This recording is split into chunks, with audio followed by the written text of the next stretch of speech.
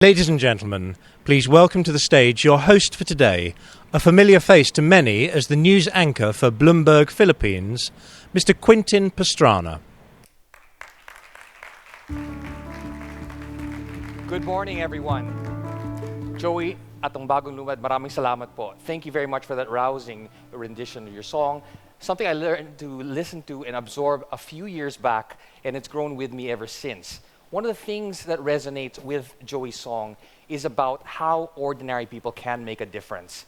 There is something sacred and powerful with the ordinary. And more importantly, it's something that resonates today. You have a convergence of technology, innovation, multiple platforms of networks coming together at the tips of our fingers. And to speak about the Philippines, we have with us a most opportune moment in history. It's interesting to see that the Philippines now is the second largest and leading growing economy in the world. We're also here looking at unprecedented investment grade ratings. We're also looking at a nice, ambitious commitment from post-COP21 in terms of how we're going to build sustainability into our economy and our business. But on the other hand, we are also looking at behind me in this breakwater, around 200 kilometers away, there's a regional conflict that is brewing. Tensions are growing. We're also looking at, from this and current administrations and the future administrations, around 20 power plants built using coal are going to be developed if we don't step into the regulatory processes and that dialogue does not continue. Around us, closer to home, we also have a city that's growing to 20 million and counting, denser by the day. And finally, in around 2 months, we are going to be selecting future leaders that are going to build on or undo the gains of the last 6 years. So like a Chinese curse and motto says, like it or not, we live in interesting times. And to quote another poet, this is the generation that can make a difference, or otherwise, it may be the last. We started off with a folk song, a beautiful folk song by Joy Ayala. I'm quoting poets and philosophers. You might be asking yourself, what does art, philosophy, poetry have to do with a global conference organized by an energy giant? In the same vein, you might also want to ask yourself, what does a Jesuit scientist, a yogi engineer, a Dutch architect and artist working in China, and a soft-spoken mayor east of here have in common?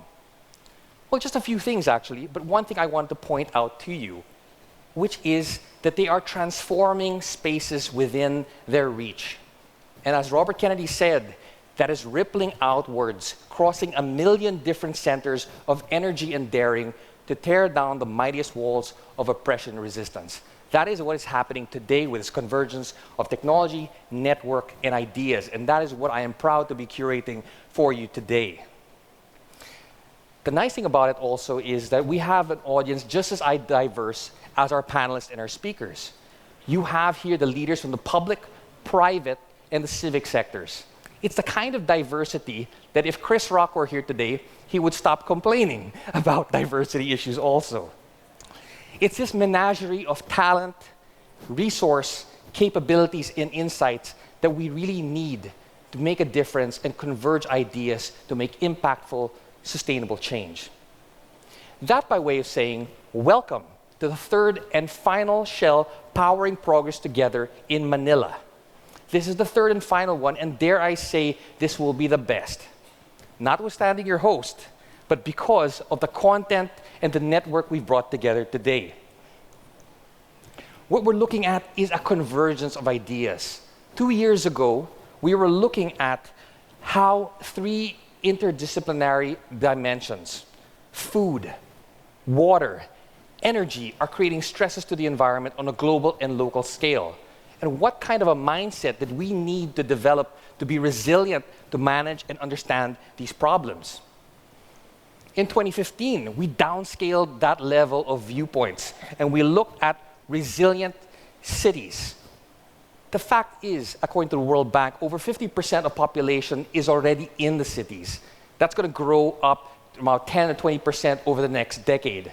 How do you do the locus of activities to make sure that these cities are livable and that they're sustainably enhancing lives that you, myself, our families are growing into?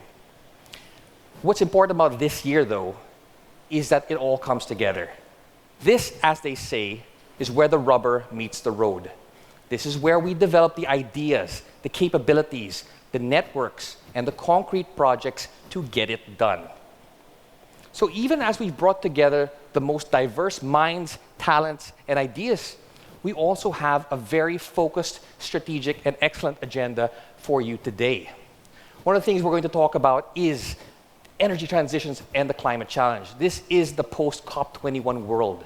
We are looking at how to apply this ambitious commitment of getting, for the Philippines, for example, 70% of our reduction in the way we use carbon from a business-as-usual scenario. How do we get that done? The other thing is, we're going to talk about how to do it. We've got tools, low-carbon technologies, and we've got the best speakers here from both transport, energy, water, and other technologies to help get this done. Now, this is an interactive conference, so I just don't want you sitting there on your seats. So we're going to have a great break here, around 20 minutes of this, so you can network with each other and start germinating these ideas, cross-fertilizing them, and making them happen even during the break. And then lastly, I also want to say that we are going to go into case studies and actual experiences. We've got the mayor of Marikina here to talk about how he's built on sustainability within his city in light of its risks, its growing population, and its brilliant people. We're also going to talk about transport solutions here. Henry Abreu is here who's going to talk about how e-vehicles can transform the landscape, especially when it comes to fleet changes and making immediate impacts to carbon. And then finally, we're going to bring it together with an inspirational person, Dan Rooshaarde, if I pronounce it correctly. Thank you very much. If not, I'm sorry. But what Dan has done here today is brought together inspiration, technology, art, to get us roused up to do something about things. And finally, we're going to have a sumptuous lunch at the Maynila Ballroom and network further and look forward to what Shell has presented to us today, which is basically the eco-marathon and the energy zone, where we have walking tours to see the latest inventions. 118 teams from the different cities and schools are coming here today to showcase the best of Filipino talent for a global world. One thing to remember also about this conference is while we have the 280 or so best and brightest around this room, this hermetically sealed ballroom, this is not happening in a vacuum. We have Rappler.com here, the leading new social media network in the Philippines. And what they're doing is they're live streaming this event across the boundaries of this ballroom to the globe with their many users. You've got leading media people here from ANC, Bloomberg, all the other channels also broadcasting what is going on in this conference. More importantly, they're also getting input from inside. So this is going to be a very interactive conference. This is also the conference that I'm going to encourage you to use your cell phones. And why is that? Because we have a tool here called Pigeonhole. And Pigeonhole basically does what a pigeonhole does. It curates your content, it curates your inputs, and it allows your voices to be heard in a very strategic way. So I'm encouraging you, first of all, please put your phones on silent, and then we can use them. Go to the network called PPT2016. PPT Manila is the password. And let's use this tool together. What it is really is a tool to get your questions in there. We have the best and brightest minds here, and we'd like to tease out the best information here with them. You can do that via SMS also with the number indicated below, 0915-424-0838. So that is going to be a good way to get things together. Rappler also, if you're subscribed to them, you can send the questions to them as well. This is the way it looks when you look at an interactive forum. You're going to get your question here, and the magic of Pigeonhole is that you're going to get these questions up there, and you can even vote on these questions. If, for example, somebody comes up and says, I want to understand how the Philippines can make this goal happen, you can put that question in, and somebody in the room will have the same question. You can vote on that as well. Rappler is streaming this thing together, and you're going to have everything from mood meters to live tweets. So you're going to see this, and many of you who have friends outside are going to be having to see this as well. Just use the hashtag #PowerInProgress, and that will actually get things going for us today. Now, I'm standing in the way of a great set of panels. And without further ado, I'd like to introduce a colleague from the industry, a multi-awarded international journalist who's brought her brand of journalistic excellence to Philippine shores and made us all better in the process. Let me introduce to you, without further ado, to Ms. Kathy Yang of ANC News.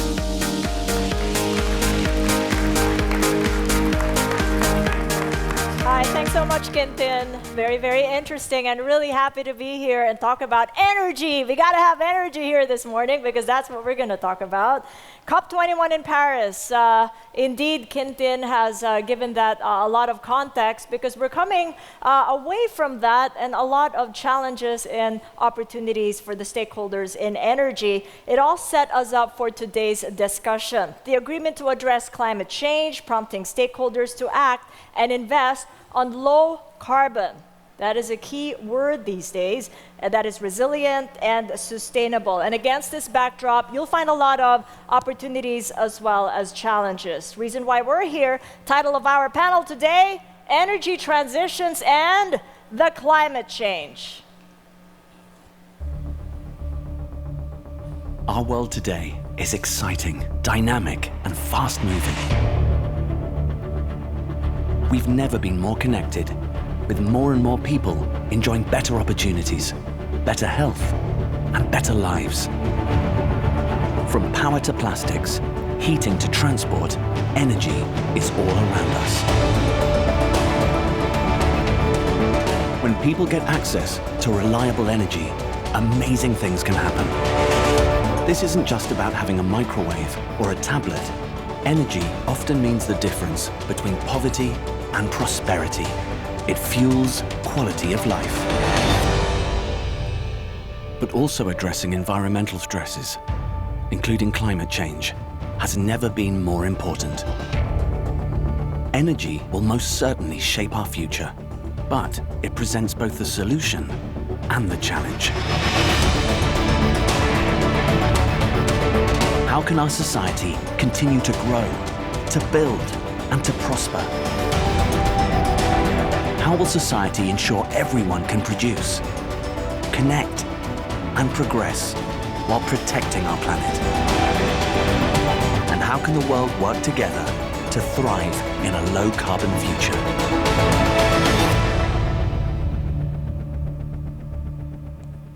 Net zero emissions, that is the buzz phrase in today's energy sustainability. Jeremy Bentham, Shell Vice President for Global Business Environment and Head of Shell Scenarios, was due to join us today, but unfortunately he is unwell. So we wish him a speedy recovery, but we are delighted to have in his stead David Holm, whom I've had the pleasure of having on my show yesterday on Market Edge. Thank you so much for joining us then. Please, he will be giving us a presentation on the Shell Scenarios.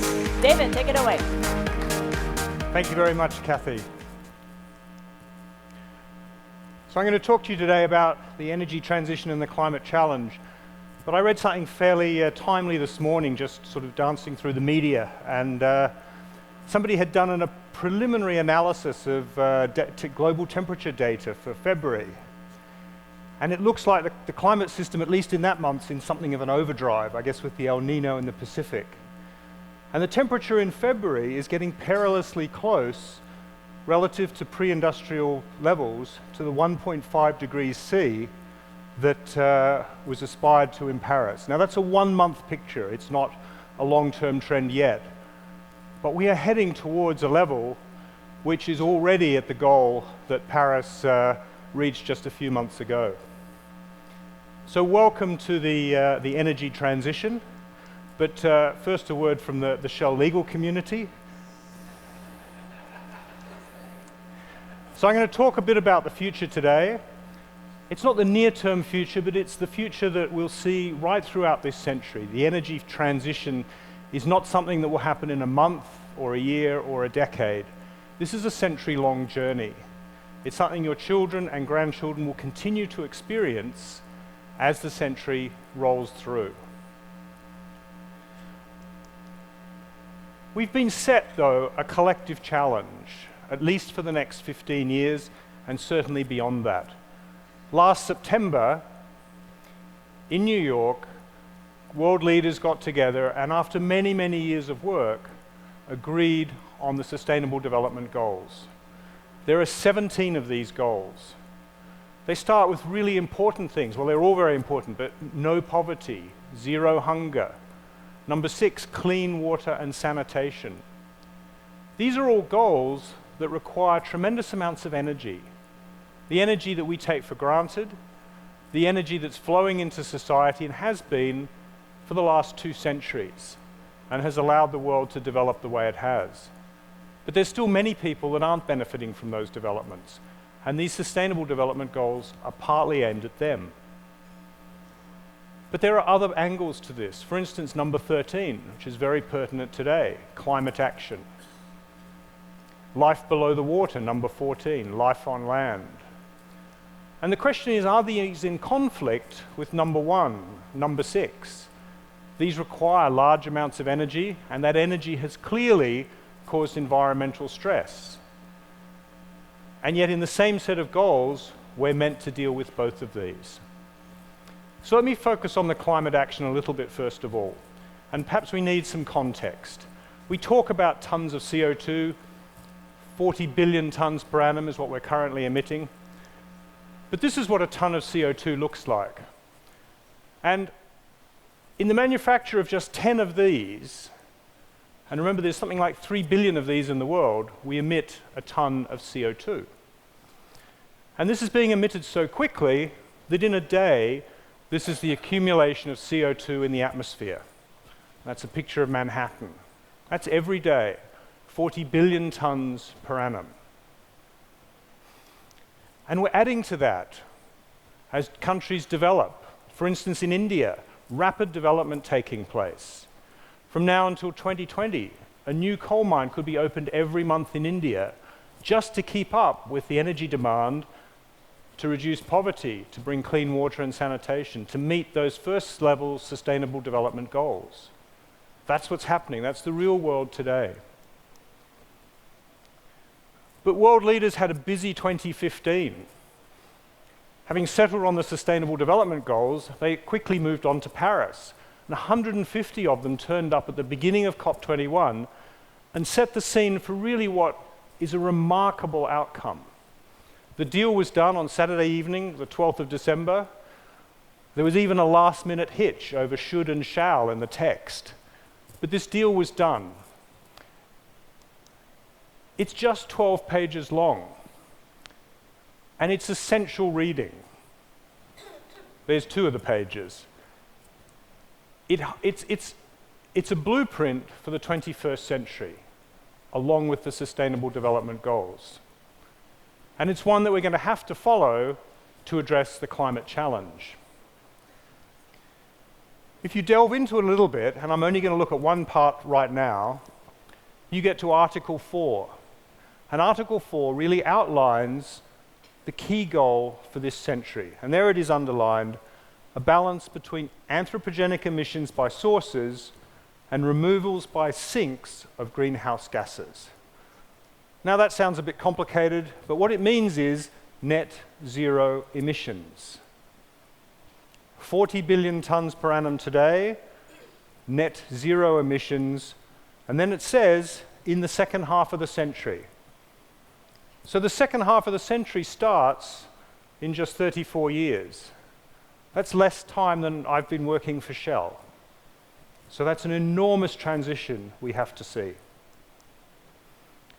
And this gives you some idea of what that transition might look like. This is the transition that the energy system has undergone since the beginning of the Industrial Revolution. It was a biomass-based energy system then, and it quickly adopted coal. And it moved along a coal trajectory all the way up to about 1920, when oil was discovered in very large quantities and then quickly followed by natural gas. And by 1970, we had a very, very different energy system, one that was providing energy for all of our needs, but of course also beginning the issue of rising levels of CO2 in the atmosphere. And that energy system has remained relatively static for about the last 40 to 50 years, continuing to provide. But just in this century, we have to make a very big diversion away from that. And there's some illustration of the trajectory that we might want. Two different scenarios, and that's what we're going to talk about. In Shell, and we've done this for over 40 years now, we use scenarios to try and understand how the energy system might evolve, how it might change, not just over the next 10 years, but in this current set of scenarios, what we call our new lens scenarios, we've looked right out to 2100. We want to see if it's possible for this climate issue to resolve itself. Is it possible to reach net zero emissions? And we have two scenarios within our new lens set, mountains and oceans. And coming up very soon, and there's a sort of a precursor to that in your packs, a look at more specifically at the net zero emissions world. And mountains and oceans take very different pathways forward, but both of them are able to resolve this climate issue. So what might the structure of a prosperous world look like with very low emissions?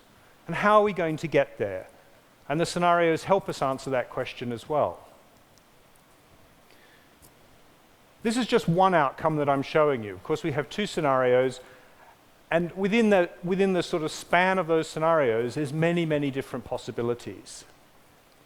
But the scenarios help us think through what those possibilities might look like. So rather than showing you sort of 50 outcomes, here's one that fits the bill. And this is what the energy system might look like somewhere towards the end of the century. It's much bigger than the energy system today, 2 to 3 times the size in terms of actual energy into the global system. Solar dominates in this particular outcome. Bioenergy is very large, wind is very large. Nuclear continues to have an important role. But look on the left-hand side there. Fossil fuels still continuing to be very large parts of the energy system. 25% of that future energy system, that's less than the total fossil fuels today, but not a whole lot less. And that has to be combined with a key technology, carbon capture and storage, which I'll talk about in a minute. And that fossil fuel is typically used in areas that are very difficult to decarbonize. Big industrial processes that require high temperatures. For instance, manufacture of cement, refining of iron ore to make iron and steel. These are all areas that are quite hard to decarbonize. We focus very quickly on the power sector, and we know how to decarbonize the power sector. There's a range of technologies on offer today. And the power sector will get bigger as more and more of the world electrifies, perhaps as the transport system moves and becomes more electric. But we're still left with a system that has relatively high emissions until you apply a key technology, carbon capture and storage. So how do we get the transition away from where we are today to something that looks like this, at net zero emissions? And a key piece of public policy around this is about establishing a price on carbon dioxide. And a number of countries are doing this today. It could be, for instance, using a carbon tax. It could be the implementation of a cap and trade system, such as we have in Europe, which puts a value on carbon dioxide because of a limit on how much you can emit. Either way, this is a key technology, a key policy for the future. And it's not just something that you implement locally. It's something that you have to implement globally. And it's something that the Paris Agreement is pointing towards. Article 6 of the Paris Agreement talks about internationally transferable mitigation outcomes. So what is that code for? Because that's the sort of language that the UN is great at using and nobody understands. It's code for trading of carbon permits, carbon allowances across borders. It's about using the marketplace to put a price on carbon to enable that marketplace to deliver enormous change. Because it's only the scale of the global market that corresponds with the scale of the global energy system. Trying to change the global energy system by effectively sort of interfering from above is probably not the way forward. Rather, what you've got to do is empower the market from below with tools from above, and carbon pricing is the one. By linking together various emissions trading systems, we end up, hopefully, with a global market and a global price on the emissions of carbon dioxide, which leads to a revolution in technologies and the change that's necessary to bring about net zero emissions. It heads us towards one technology in particular that we think is very important. It's carbon capture and storage. This is the capture of carbon dioxide from power stations and storing it deep underground. Now, this picture here is a representation of the accumulation of carbon dioxide in the atmosphere. That container represents a 2-degree C outcome. It's about 1 trillion tons of carbon emitted since the beginning of the Industrial Revolution. And we're getting towards 2/3 full. 60% of that is expended in terms of the carbon dioxide emitted so far. And we've already committed some more to the future. For instance, there's thousands of coal-fired power stations already in operation around the world, and they'll continue to operate for many years to come. There's 1 billion vehicles on the road, and we may turn them over very quickly to replace them with non-emitting vehicles, but even that process takes time. There's gas-fired power stations. They emit a lot less than coal-fired power stations, but they're still a source of emissions. There's the industrial system, or the aviation system. There's domestic use of natural gas. And there's industry. So that leaves precious little space to balance this system out. And so we have to imagine a world in the future where emissions that continue in our system are captured and stored, so that we don't exceed, for instance, 2 degrees, or more ambitiously, we don't exceed 1.5 degrees C. So these are the steps towards a prosperous net zero emissions world. It's a high energy world. Kathy talked about high energy today. But it's a world where we do implement some new technologies. We do implement things like carbon capture and storage. We do require government-led carbon pricing mechanisms. We do have to put a price on this externality that's been created. One thing I haven't talked about, we have to have sustainable agriculture, including biomass. A lot of emissions still come from the agricultural system. And we have to address consumption as well. These are all important parts of a net zero emissions future. And it's a future that we can reach, and it's a future that can lead to prosperity. Thank you very much. Sit here. Yes, if you could just stay on the stage. Thank you very much. Our Chief Climate Change Advisor at Shell, taking us through the energy transitions and climate challenge. At this point, I'd like to bring in our 3 other panelists who have had the privilege of having a bit of a chat this morning. I'd like to call in Dr. Edwin Aldrian, the Vice Chair, Intergovernmental Panel on Climate Change, Working Group 1. Sir, good morning. Dr. Antonio Lavinia, the Dean of the Ateneo School of Government. Please come on stage. Thank you so much, Tony. And the Honorable Zenaida Monsada, the Secretary of the Philippine Department of Energy. Good morning, ma'am. I'd like to remind everybody of the pigeonhole question and answer here. The system that I have here is on my iPad. As you can see, there are already 4 questions. You can't see them, but I can. Some of them I planted, and I would appreciate if you could do the same. If you could just key in on your mobile phones, as Quintin had explained earlier, then I will see your questions here, and once I do, if it gets a lot of votes, like I already have 2 votes for the first question there, so I'm going to ask that later this morning when we get to the panel discussion. I'll get to ask that first. And then if you make a vote on the other 3, then the rest of the 3 go and get asked as well. So please take part. It is pretty interesting when we get a lot of audience participation because you are so much part of this discussion. But first, let's carry on and take the discussion further with Dr. Aldrian, because I know that you've been part of the intergovernmental panel on the climate change, developing the assessment. That was a couple of years back, if I'm not correct, if I'm not wrong.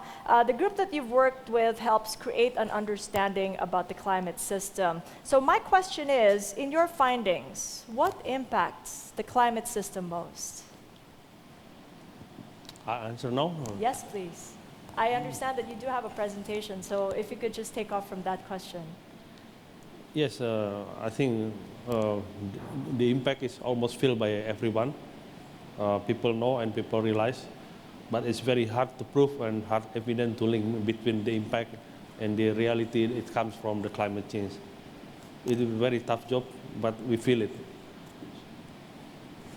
You have some slides to show us how tough that is in trying to address the impact to the climate system. Yeah, I got some example for the energy sectors because we do have a report on renewable energy. It's a special report. What does the renewable report say? Yeah, there are opportunity and great news that we still have a lot of challenges in front of us. But the important thing that the opportunity is there, and then we just need to pursue in that direction. And in your findings, humans really have the biggest impact on the climate system. How is it getting worse? What are the findings right now that make it urgent for us to address the challenges? Yeah, what is very urgent is that most of the people, society, they did not realize that whatever they're doing from the dawn till dusk, whatever they're doing from the wake up until what their activity and then they're coming to bed, everything are related to climate. Even how they do shower, how they eat, how they transport. So this is that people don't realize. So the important thing is we need to socialize and then let people aware and then let's change our way of life. So this is the biggest challenge for us. I've got a lot of votes coming in. Thank you so much. You guys are great. You're taking part in this. Thank you. Just keep it going, all right? Dr. Aldrian, if you do have the slides, you can show us right now. I see that you've got a clicker there. Okay. You could just show us in your presentation. If you wish to stand, please do so. Okay, thank you very much. Yes, ladies and gentlemen, I just give you a very simple idea. We start with the conclusion. This is from the Air 5. Right now we move to the Air 6. I hope that the next cycle of IPCC does not bore you at all because we keep repeating the same messages. That this is the first one. The human influence on the climate system is very clear, unequivocal, and then it is very clear. Even though we're repeating this message again and again, there's still many debates on whether this is reality or not. The second one, the more we disrupt our climate, the more we have the risk, severe, pervasive, and irreversible impact. The last one is very important. We do not want to have the irreversible impact, and because that means that we cannot replenish our world ahead, and then we have to change maybe our world system. So the third key message, we have the means to limit climate change. So we still have the gap that we can fill and build a more purposeful and sustainable future. Those are the main key messages, okay? These are the two impacts that I want to bring out here, especially important for the Philippines. So because if you take a look at the picture here, especially on the right-hand side, that more warming and rainfall at the north of the equator, especially the maritime continent like Philippines, and less SST gradient. So that means this is the considerable impact, and then this area, you can have the equatorial flank becomes wider and larger, so it becomes much more extreme weather. It's important for us, Philippines and my country, Indonesia, and then also that is means that more and severe and wetter region. Another news, this is also important for Philippines, I think. This is the impact that you may feel. If you look at the box on the western North Pacific, that show that the precipitation rate due to the tropical cyclone in the near future and the coming future will be much more intensifier, but the frequency is getting lower. So that's the picture showing you. I don't want to give you more detail on that, but those are the two key messages for the Philippine region. I think we have to take care of that. We have to live in that kind of situation. So again, I think I just follow what Dave already mentioned, that we, in this report, we do have the conclusion on the carbon budget. It's almost 65%, almost similar to the picture that Dave has given us in front of us. That we only have remaining 275 gigaton. So those are the things that we limit, or if we're talking about a 2-degree goal. And then the emission is also mentioned by David. This is 2013 in that number, 9.9 gigaton, and it's still increasing. But we hope in the near decades that the number is going asymptotically equalized. So the message is limiting climate change will require substantial, very, very substantial. We have to move very fast and sustain reduction of greenhouse gas emission. Okay, the good news is that we have this report, the IPCC has released in 2013, the report of renewable energy, that most of the options are there, and then the option is getting better because the price of the renewable energy is going down. This is, for example, on the left is the solar panel and the wind power is going down. On the right-hand side is the biodiesel. Is going down as well. So these are the good news. So I just received the news from the China energy minister. I think 2 days ago, they just declared that in 2015, they just produced for the solar panel energy resources. It's 32.5 gigawatts. And then for the wind energy is 18.3 gigawatt. You know that number is very important, especially for my country, because my government in the next, the last 3.5 years, or the 5-year period, they aim to achieve 35 gigawatt of energy. So China achieved this for 1 year only. I can imagine. This is very good news. So the prospect is there, the option is there. So what the news already mentioned that China has produced it, so why don't we follow it? I think that's the key message for the energy transition. So thank you very much, ladies and gentlemen. I cannot do more than that. Thank you. I think I have already given you a very strong message on this. Thank you very much. It is indeed a strong message. Thank you, Dr. Algie. And I can just update you all. Thank you so much. You guys are working it. The votes are going up. I have to ask the whole page here. I don't know how many I can ask, but let me take the discussion further and deepen it and talk to Dr. Lavinia, because you were there at the heart of COP21. How contentious was it? I mean, I was reporting on the side. I was here in Manila, and an 11th hour banging of the gavel. What was the feeling like? Just give us a view, just very quickly before you start your presentation. It was very intense. I mean, these negotiations, it's not just the Paris, but every climate change negotiations are 20-hour days, 12 days in a row. And in Paris, we extended another day. And on the last 4 days, we were sleeping at 4 or 5 in the morning, back to the conference at 9 or 10 in the morning. So you can imagine when the president of the COP, Minister Laurent Fabius of France, announced that the Paris Agreement was adopted after 6 years of intensive negotiations. There was actually jubilation. You could have seen, I don't know if Secretary Manny de Guzman is already here, Secretary Manny de Guzman, Secretary Enrique Costa, and Diplomat Angela Ponsa. We were in the Philippine desk. I was sort of the technical advisor to them, and we were actually jumping up and down and embracing each other. And not just because of the agreement, but because we actually thought it was a good agreement. Good agreement for the Philippines? For the Philippines, it's a good agreement. I think for the world, it's a good agreement. It's not perfect, but fortunately, within the agreement are mechanisms to improve it continuously.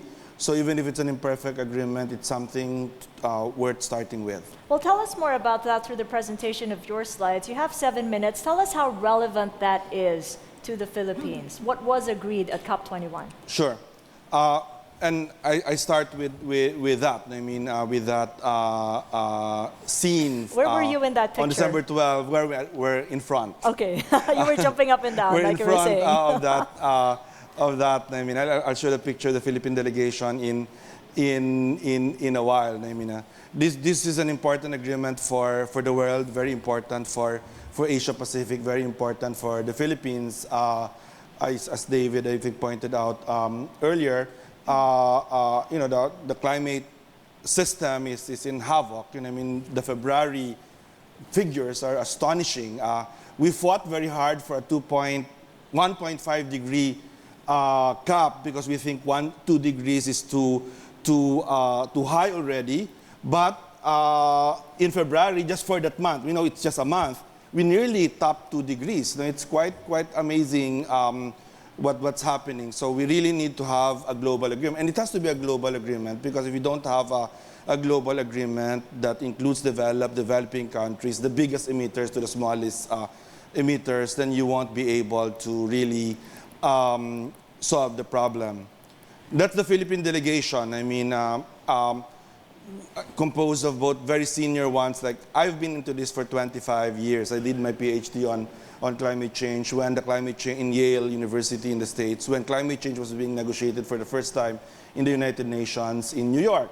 And the Philippine government, it was then UP, then as a law professor, they actually asked me to go to New York to help the government, since I was the only expert in the field. So for 25 years, I've been doing this. And there's also very young colleagues there who are there for the first time, both from the government, from all the different agencies, and also from the private sector, and also from NGOs. So it's quite a really good group of people.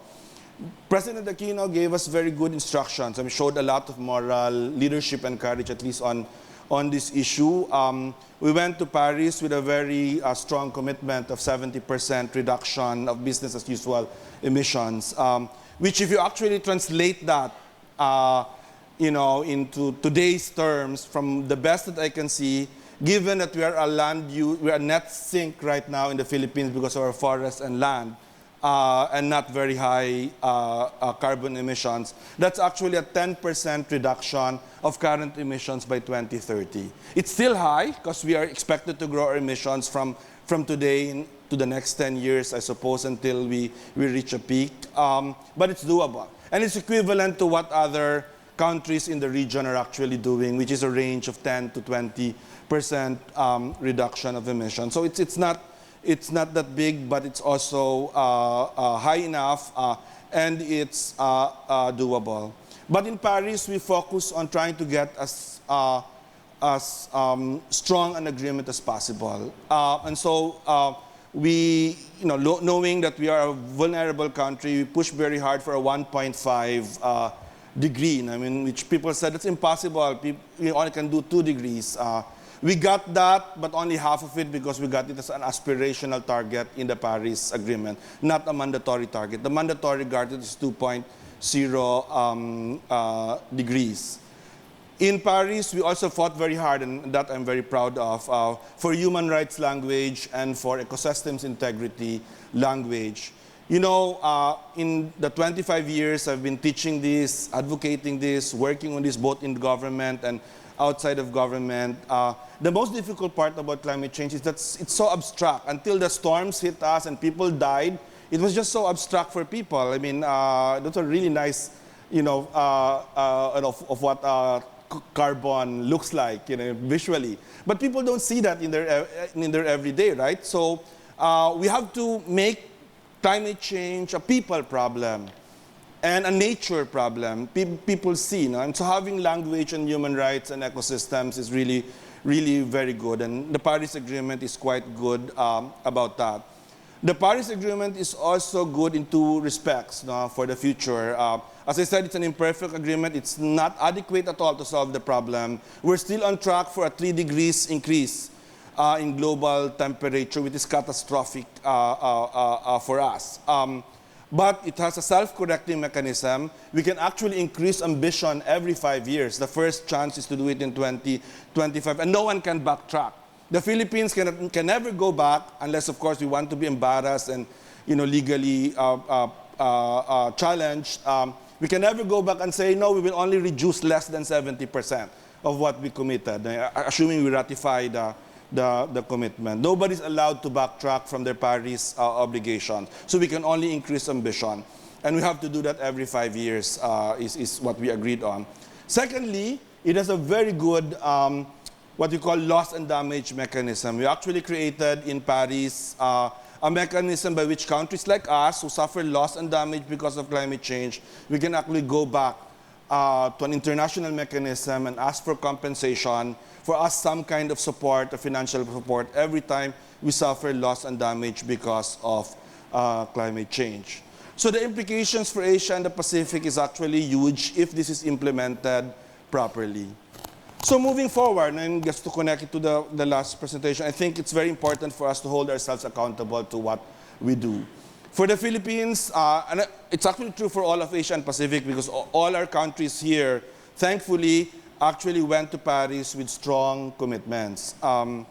We have to hold ourselves accountable for what we have committed ourselves. In the Philippines, it's not just about energy. Energy is a big thing. I actually think we need new laws mandating a more diverse energy mix. I mean, the DOE can actually do it on their own, but it would be better if it's actually cast in stone, so that in the next 25 years, we really commit mandatorily to an energy mix that's more diverse and less carbon-oriented.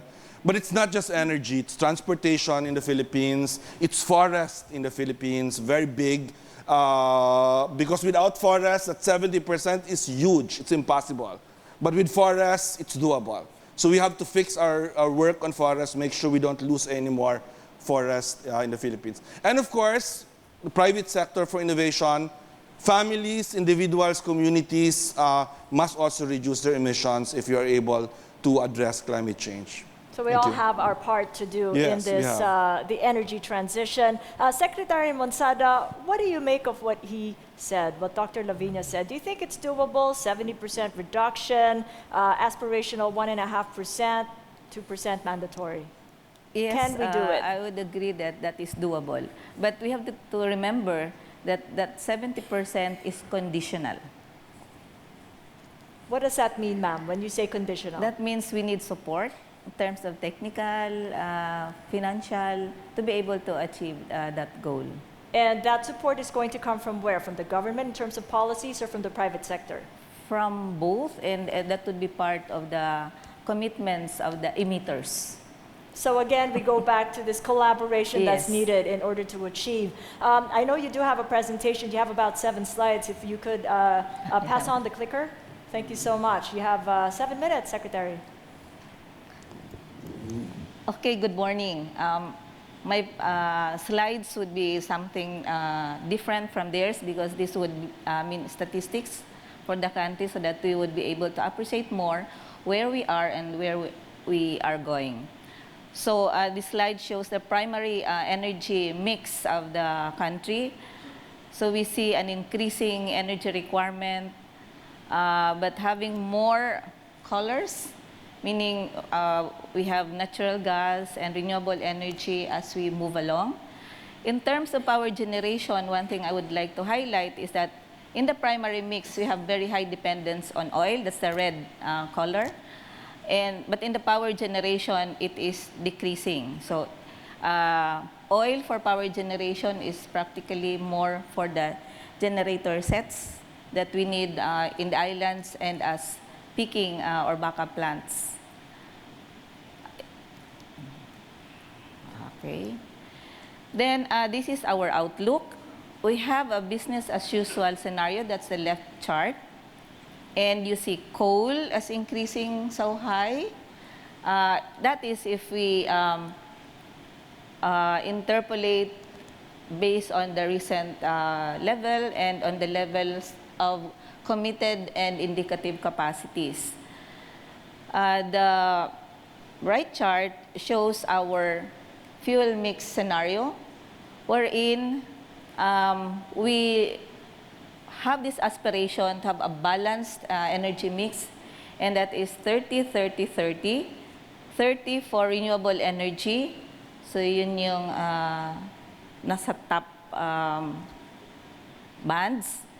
Then coal would just be 30, and natural gas would have a 30% share to balance between RE and coal, because I think we are aware that we just cannot rely also on RE to have that much bigger share. The balance of 10% would be open to other fuels, like oil could still be there, ocean, which is not yet a part of our present mix, and well, I would like to say that nuclear is still also an option for us. But this fuel mix scenario also, which would actually correspond or be the energy share for the 70% volume or value that we submitted. Actually, we would like to refrain from saying that for us, victims of climate change, our contribution should not be really that commitment compared to the emitters. I think there was a distinction. The emitters would have to commit, but as victims, we still contribute to the cleaner air. We have laws at the moment. For example, we have the EPIRA, which governs the power industry, and we have mechanisms. Some are in place, some are still being worked out. So, for example, we have the spot market, WESM, the competitive selection process for acquiring or having power supply agreements. There are already issuances on this by the Energy Regulatory Commission and the DOE. We have retail competition and open access.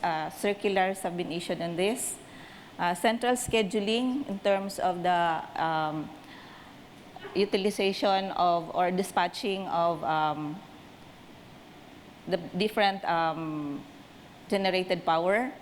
So now we are working on the Mindanao energy market because, as you know, Luzon and Visayas are interconnected, so the WESM already applies to that. But Mindanao is not yet interconnected.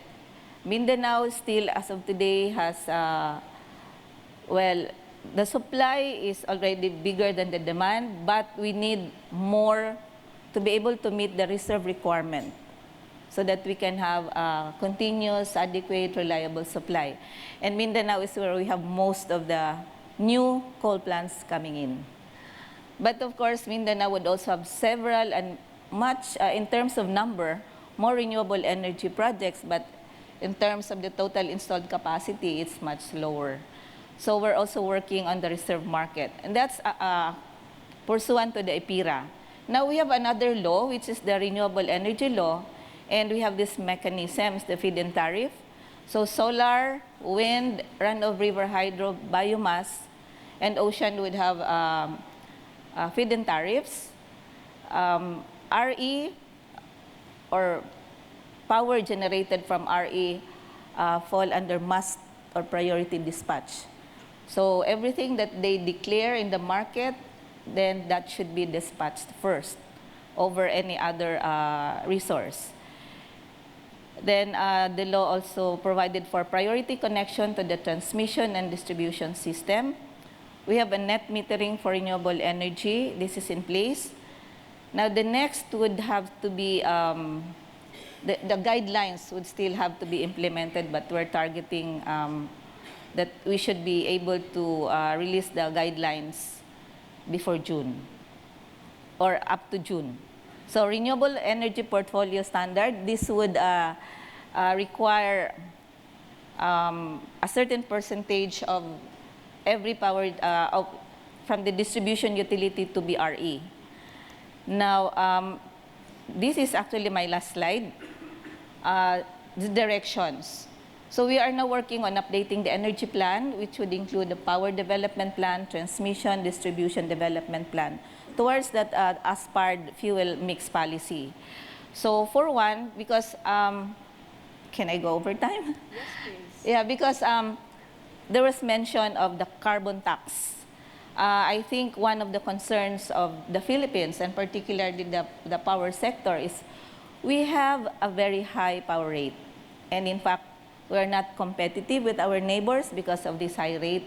And it would not be a good idea to impose carbon tax on coal, to make coal comparable to the other fuels for power generation. So what we plan to do is really encourage RE development, and then categorize plants as to base load, mid-merit, and peaking, so that there can be competition from these different categories. Then one of the issues on projects, not just energy projects, is the permitting process. So we have this project which this is for tracking through a virtual tracking system where the proponents of projects can track where their applications are with the different government agencies. Then the government agencies would also have access to it, so that they would know, because we would have, say, target time for each processing of permit, clearance, endorsement, and so on. And also the public could have access to this information, although not in much detail. And of course, our target for the 70% we're talking about would also include energy efficiency and conservation. That would be a major component, because if you efficiently use energy, you would need less power plants. And that would be from the producers and the consumers, not just the end use, but even from the generators and all throughout the supply chain. Then, of course, information that should be strengthened so that we can have a more appreciation and eventually cooperation. Then international relations and partnerships. This would be very important, because the collaboration, cooperation and coordination, again, is very important. And then, as mentioned, and I would like to note that we have here Congressman Ray Umali, the chair of the Energy Committee, who is also very supportive of us. And we have these legislations that we need to pass, like for energy efficiency, for natural gas, LPG, energy projects as projects of national significance, so that local ordinances cannot just move or stop projects that we have. And of course, the fuel mix policy that Tony mentioned. So we have this for our plans as to how we want the energy sector to move towards our fuel mix policy and meeting our objectives of 70%. Thank you. Thank you, Secretary. And let me pick up on that 70%, because the burning question I've got here with 19 votes, and keep them coming, okay? You guys are great, okay? Keep them coming. I want to see 100 here, but I'm getting 19 votes. What is your assessment of the Philippines' commitment under climate change agreement, pledging to commit 70% of its energy use to renewables, even as it has numerous coal-fired power plants coming online in the next couple of years? Well, actually, the Department of Energy, our task really is first to ensure that we have energy supply, okay? But that energy supply, having that security, we have actually an energy reform agenda, which we call it, presented during this administration. So to balance this security thing, which would include access, would be also optimal pricing, because we just cannot have supply, but very unaffordable. But we don't want to use the term affordable, because that would be very subjective. we want to use the term reasonable to the producers, to the users, and of course government. Now, the third aspect of that is sustainability, sustainable development. And that's how we proceed. So the environmental aspect would be part of the sustainable leg that we have, or pillar. Which leads me to David, because in our discussions yesterday on Market Edge, you made a mention of 70% being, in your own words, problematic for the country. And I wanted to see how Shell is coming around the process, the transition globally. If you just put that into the global context, talking of the Philippines in an emerging market setting against other developed economies, from hydrocarbon to carbon neutral, how did we get there? Yeah, well, thanks very much.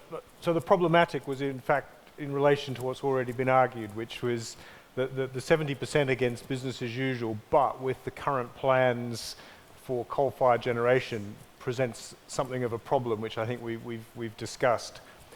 So what we're seeing in other economies are some of the aspects that have just been alluded to, but I think the game changer in this region is perhaps what's happening in China.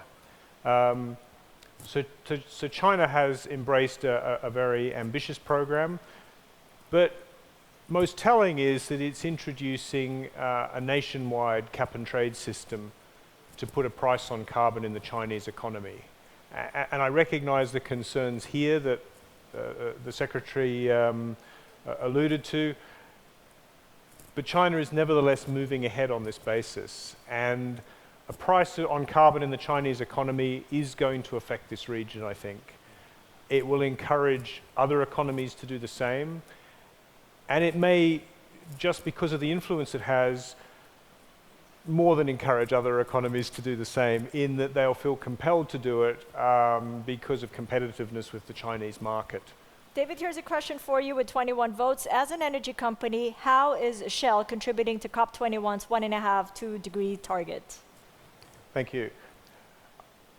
I think one of the things I alluded to in my presentation was the importance of carbon capture and storage.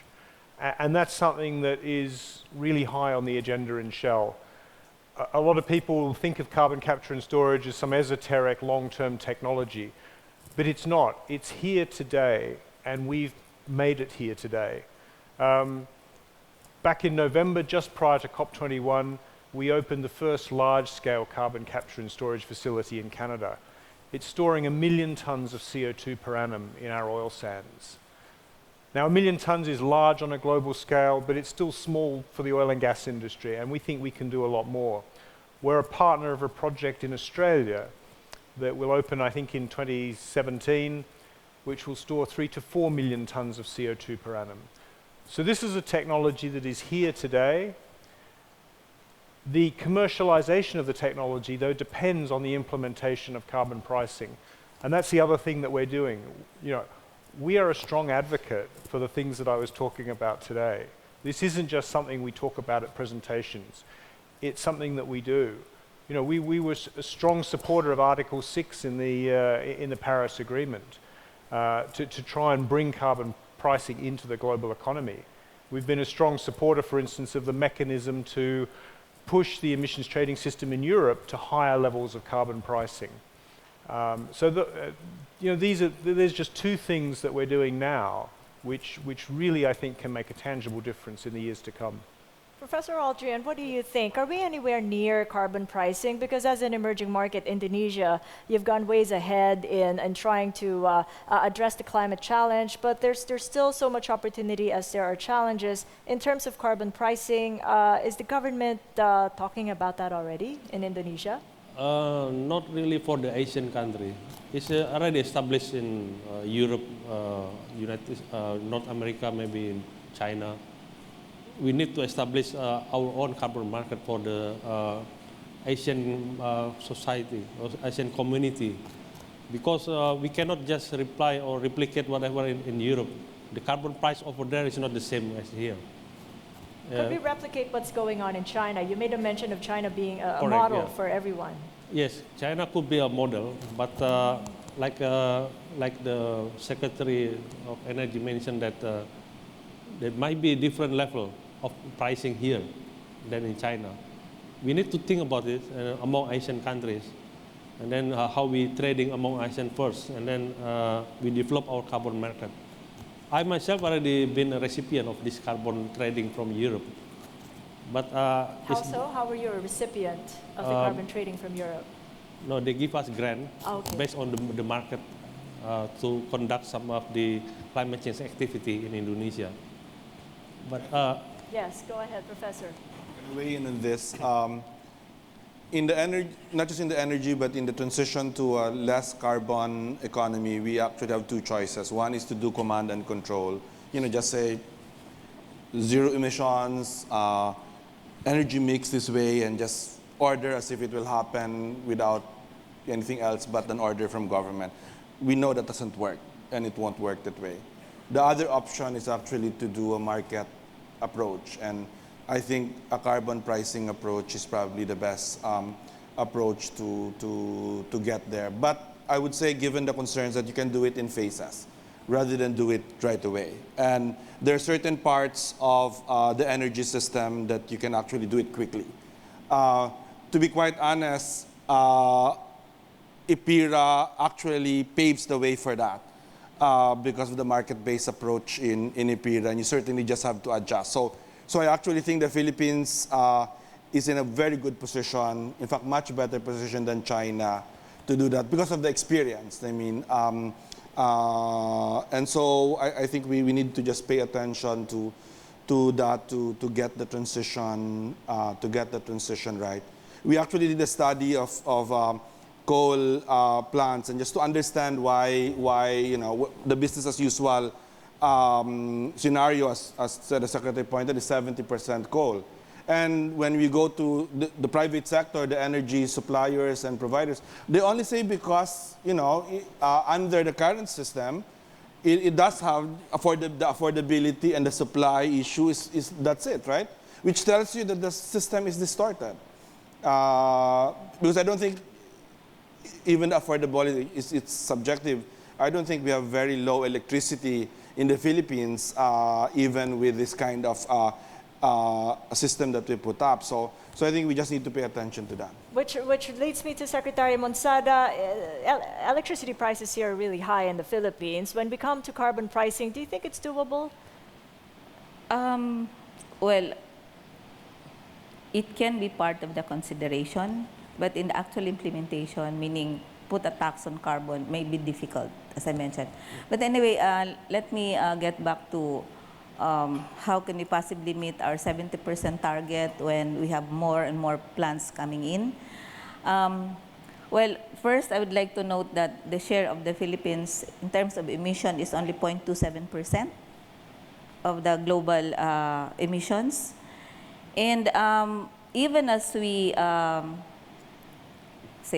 these new coal plants, we're requiring that newer technologies have to be used, meaning these plants should not be emitting similarly as the old ones.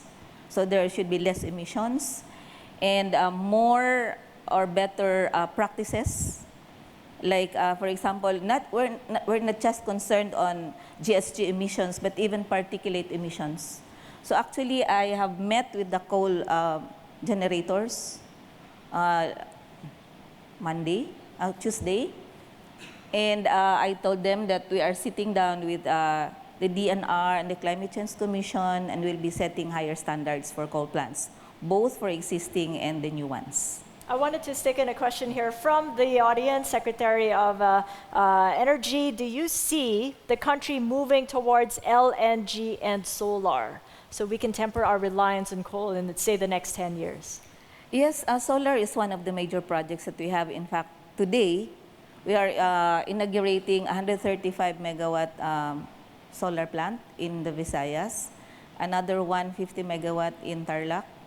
And solar is really one of the fast-moving RE resource, and precisely because we have a 500 megawatt installation target, which has a deadline on March 15, so that keeps us very busy because many are going or participating in the race to be able to be qualified to the feed-in tariff. And also, if I may note, yung solar is also a major fuel that we will be having in off-grid areas, the far-flung areas. We have actually a grant from the EU, which will help us have household electrification in the remote areas. So solar is a major thrust, a major project in the Philippines. Just very quickly, you made a mention of clean coal, and one of our audience members here, we got a couple of votes. What is clean coal?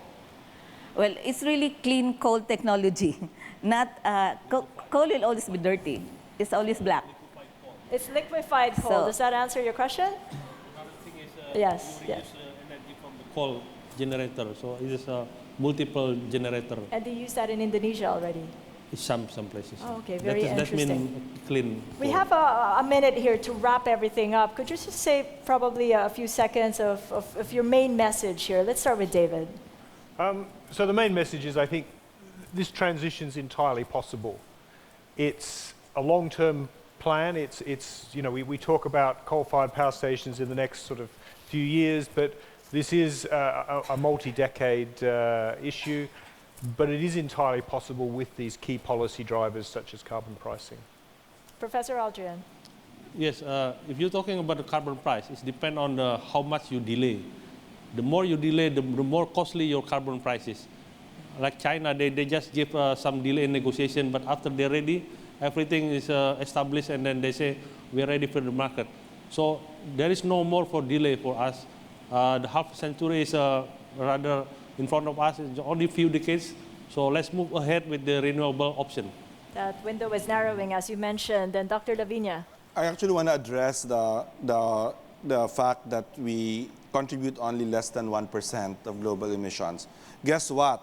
75% of the countries of the world contribute less than 1%.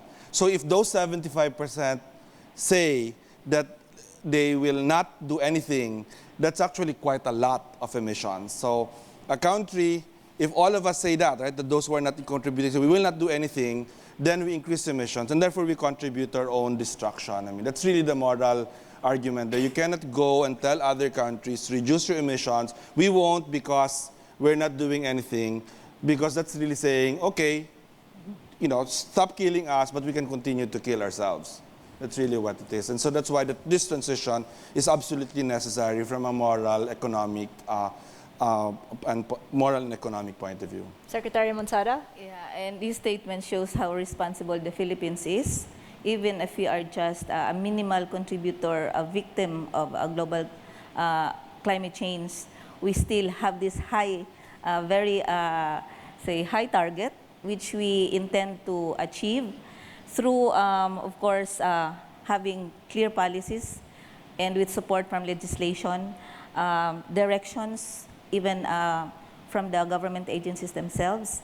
And of course, we really hope that the storage for REs, the battery storage, these newer technologies on carbon capture and storage would be commercially viable for the Philippines so that we can actually achieve our targets. Thank you. Okay, and all for that leadership shift that we're going to experience in the next couple of months. These are the issues that they'll have to address. Thank you so much for joining us. This is our panel on energy transitions and climate change. Really exhilarating to talk with all of you. Thank you so much, David Hone, Professor Aldrian, Dr. Lavinia, and Secretary Monsada. Thank you. I'd like to call on my colleague. I do work with him in ABS-CBN. I often do not see him outside the studio, but today I do. Mr. Tony Velasquez. He is our anchor for Future Perfect. You must have seen him carrying a few gadgets. I know I have my gadgetry, and I know I do have to endorse this to you, or you won't have a chance This to is ask, akin to the handover ceremony in Hong Kong. Yes, yes, of course. Okay, here. Thank you, he's a thank you, joker. Kathy. He's Thank actually you. called Kakanturing. And I've never asked you actually why you're called Kakanturing. Why? I'd like to take this chance now to ask that before we get down to work. Yes, well, if you do follow me on social media, I have an Instagram account, I have Twitter. I do call myself Kakanturing on both those platforms. A lot of people are wondering whether it means something naughty. No, it does not. I am not related to Alan Turing as well, by the way. Kakanturing started out as a little joke while I was still covering the Malacanang beat. I used to play practical jokes on the household staff in Malacanang.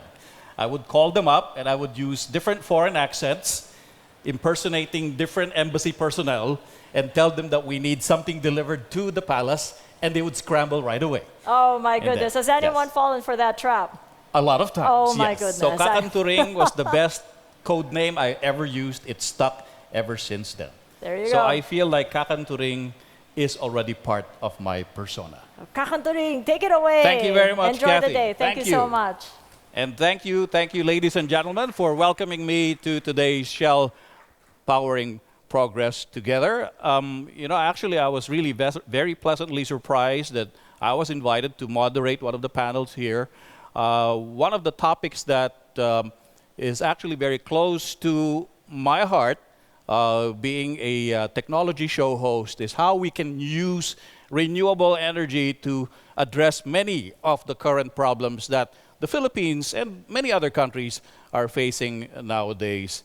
But before we get to the nitty-gritty of renewable energy, sometimes I'm wondering whether when we're talking about the climate change agreements that were reached in Paris, so we're talking about 1.5 C, 2 C, we're talking about degrees. In the Philippines, it used to be said that there are only 8 degrees of separation. I mean, you meet a taxi cab driver and you're somehow related to him. Oh, uncle pala kita. 8 degrees of separation now becomes just 1.5 or 2 degrees of separation, separating us, the planet, from what people see could be potentially doomsday for all of us if we don't stop global warming. A lot of people out there are still denying that global warming is happening. So there are deniers, no doubt about that. But then again, when you talk about carbon, how can you deny that carbon doesn't exist? It's even in our political system. In fact, one candidate is said to be smeared with carbon, which is so bad. I did not say who, but please just imagine it in your mind. Well, today we're going to be talking about innovation and how innovation becomes a key factor in creating the solutions as well as, of course, the opportunities to address many of the pressing concerns that are weighing down on the global environment. It will be talking to some of the innovators who've actually come up with really brilliant ideas on how to cut down the carbon footprint. Now, a lot of you know about the statistics that cities, many of the urban areas, contribute to 75% of the global emissions that are actually blanketing this planet. If you don't believe that, go back to previous reports and look at Beijing. Now, Beijing, of course, as you could remember, was the most visible example of how much carbon is being poured into the environment. Now, today we're going to be talking about how innovation can create the solutions to those kinds of problems. We have on our panel 2 distinguished gentlemen who will be sharing their experiences on how they've combined innovative technology with sustainable business models. And I think that's the crux of the matter there. You may have a brilliant technological innovation, but you don't know how to market it, or you can't convince the public why they should buy it. So we'll be listening to the experiences of 2 of our panelists today on how they've actually marketed their technological innovation. Now, we'd like to invite our first speaker on stage. He will be sharing with us his experience in developing renewable energy systems for both rural and developed communities. And renewable energy systems are so in demand because we are trying to find a way to reduce our carbon footprint.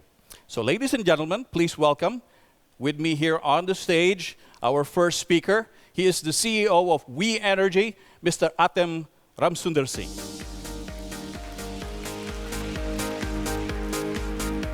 Thank you. Thank you. Good morning, ladies and gentlemen.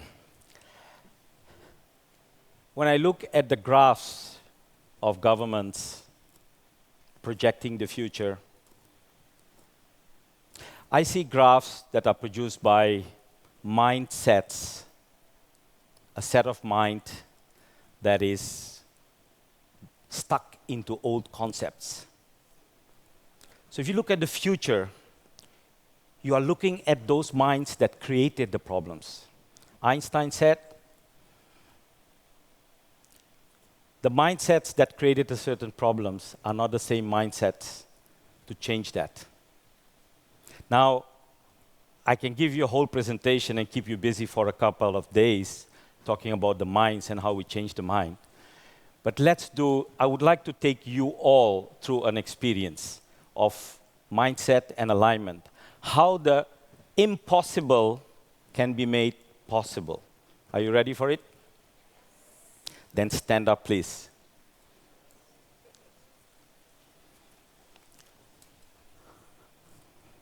Thank you.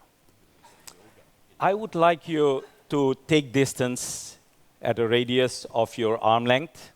So please expand in the room, create your space. And I would ask you to make a rotation. It's not a gymnastic thing. It's not a fitness exercise. This is a very interesting exercise. I can't say more right now.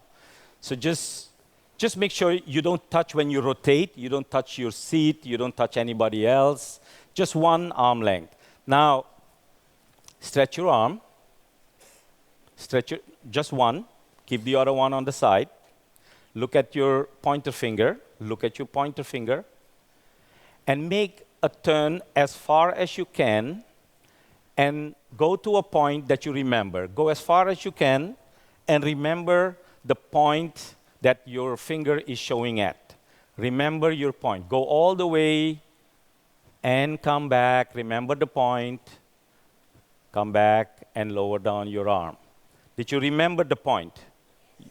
You remember it, right? Okay, now, close your eyes. Close your eyes. Relax your forehead. Relax your eyes. Relax your jaws. Relax your shoulders. Inhale slowly. Exhale slowly and gently. Some are still looking at their cell phones. Please, let's align our minds. Relax your forehead. Inhale slowly and exhale slowly. Now, maintain that awareness level and you will perform the same action in your imagination. So now imagine, don't move your body, don't touch a chair, just be standing free, don't touch anything. In your mind and in your imagination, lift your arm again. Don't lift your arm physically. Let your arm be there. In your imagination, it's okay. Lower down your arm. In your imagination, lift your arm. See your arm being lifted. In your imagination, look at the pointer finger and rotate and go back to that point you remember. Rotate gently and go back to that point you remember. Now go beyond that point. Go beyond that point in your imagination. Remember that new point. Come back. Bring your arm back to the front. Lower down your arm. Relax. Open your eyes.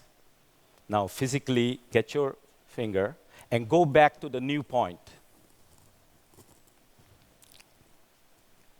Come back. Lower down and relax. Now what happened? Did you go beyond that old point? Why didn't you go beyond that old point in the first instance? Please have a seat. Ladies and gentlemen, the reason why we never go beyond that point is because we are not aligned. What we did in the second round through the shoulder and the mind, and that's it. You don't need expensive training in yoga or whatsoever. You don't need to pray too hard. It starts with a very simple thing of, are you aligned? Are you aligned with your body and your mind? In our daily busy life, we move one direction with our body, we do something else in the other direction. So if things are not aligned, we will say it's impossible. When things are aligned, you make it possible. And it's all about aligning yourself. Now, let me go now to how this connects to the role of new and low carbon technologies, right? I hope you enjoyed at least that half a minute of breathing and relaxing. Now, let's go to the low carbon technologies. I think when Quentin Pastrana mentioned the Yogi engineer, I think he referred to me a little bit, but I'm not alone. I'm not alone. Look at this beautiful place called Puerto Princesa Underground River area in Palawan. Many years ago, we met with several people, the then secretary of DOE, the mayor of Puerto Princesa, and they all wanted the underground river area, which is a UNESCO area, to be powered with clean energy. The people there were so aware of their environment and the richness, the beauty and the aesthetics of things that they wanted clean energy. So we took that challenge as a company, together with our partners, Vivant Corporation and Gigawatt Power in Manila. And we said, you know what, let's do it. It's not impossible. If we align ourselves as partners, if we align our engineers' minds, if we align technologies, we should be able. Nature is full of 1,999,000 something of possibilities. We are just limiting ourselves to what we can easily say no. Well, we as a company don't say no. We say yes, let's try it, let's do it. Let's push the boundaries and find all those other millions and trillions of solutions that we can find. And the reason to find that is not a computer, it's the mindset of the engineer. When I said to my engineers, can we do things? They basically said no. And I said, well, I will probably have to fire you guys and find somebody who listens to make it happen. So they start working and calculating. The challenge here was, looking at different technologies like hydro, like bio-waste, etc. We have gone through it and we came to the conclusion that affordable, reasonable, carbon-wise, subsidy-wise, this engineering mix would be the solution for Puerto Princesa. And we are not only doing that, we are also going to repeat this configuration in places like Culion, Lina Pakan, and hopefully a lot more places that are off-grid or that need clean energy or affordable, sustainable energy. Now, what you see here is diesel combined with solar and a clean battery, cradle-to-cradle certified battery that is not using lead acid or lithium or whatsoever. It's a battery that is clean, perfect for storage, and a power management system that controls and direct the game plan based on the demand from 650 customers over a 15 kilometers of 30 kilometers of distribution net. So we have a grid, we have power management, and we have power generation out there. In this mix, we are able to make sure that during the 20 years lifetime and the growing demand of energy in that area, we are able to push, let's say, 50% of carbon emissions down. Now, am I happy? Partially, yes. We hope that going forward in the future, looking at technology development and price development, we should be able to replace or minimize the diesel further down by, for example, in some Palawan islands and many other islands in the Philippines, there is this huge possibility of current energy or tidal energy. We will start, hopefully, a feasibility study to look into replacing the fossil fuel element further down using combinations of solar, tidal, and battery systems out not only in the Philippines, but also in countries like Indonesia. Now, this is the way the imagination looks like. This is ready for construction. Land is bought. We are ready, but something is not happening. To tell you the truth, because of non-alignment, we are working on this project for the last 3 years. This project will save the government lots of subsidy over its lifetime, missionary electrification subsidies.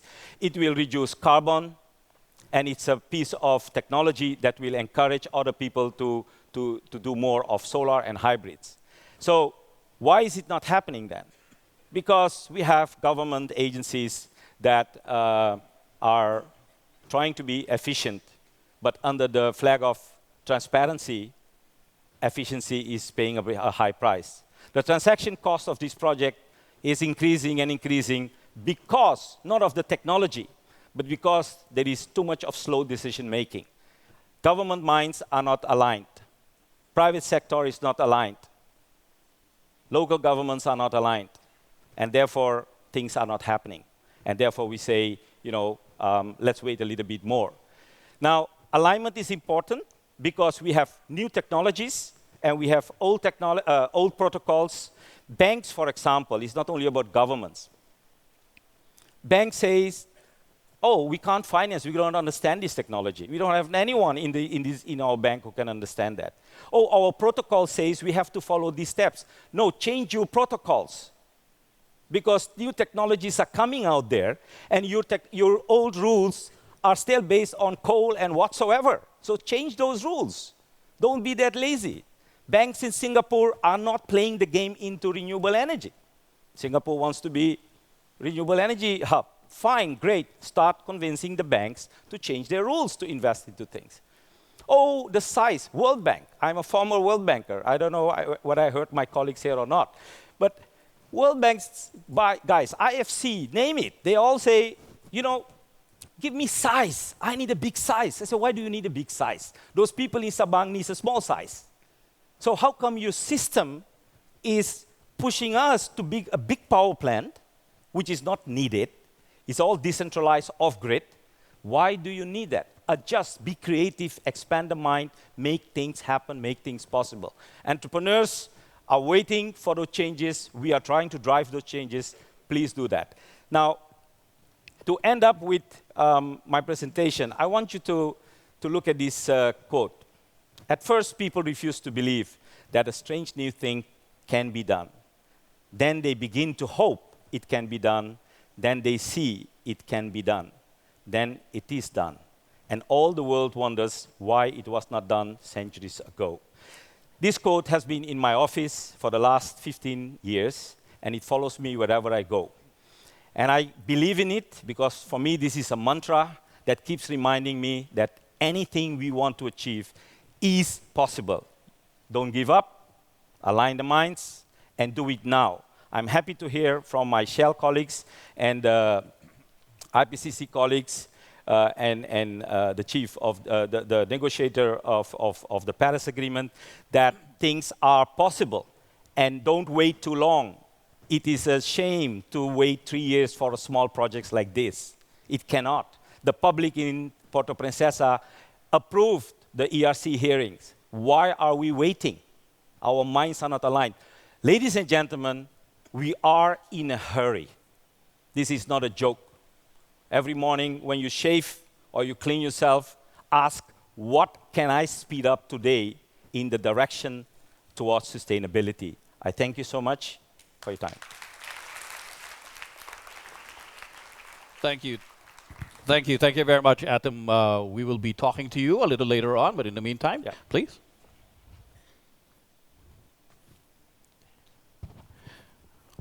I don't know if the Energy Secretary has already left the building, but I think Atom's messages should have actually been written down and sent through a note.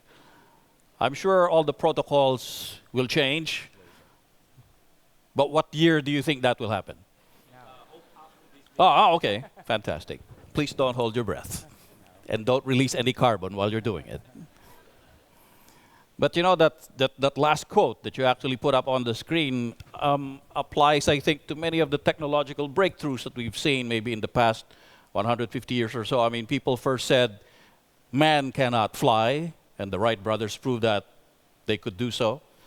And then a lot of other people said that, you can put music in a small device in your pocket and look cool while you're doing it, wearing a black turtleneck. And people said, no, you can't do that. But then he proved it. There's so many things, of course, that naysayers will say are impossible to do. But I think the case studies that we have in this panel today will show you that there are things that can be done if you put your mind to it, if you close your eyes and put your finger to it. Okay. Later, Atem, I will try that at home. But our next speaker will talk to us about how you can reduce carbon emissions by promoting the use of clean energy, electric energy, in public transportation. I suppose you've seen that in other cities now, in Metro Manila, and you're wondering what's new about having electric public transportation. Well, our next speaker will explain the innovation that he actually put into that system. And he's going to show us how promoting the use of electric public transportation will not only just move people, but will also help move the needle in our cutting carbon emissions. So let us please welcome the second speaker on our panel. He is the CEO of Talino EV, Mr. Henry Abreu. Oh, you have your clicker? Okay. Good morning. Electric vehicles are seen as a solution for global climate change. But to date, they're only affordable for a very few.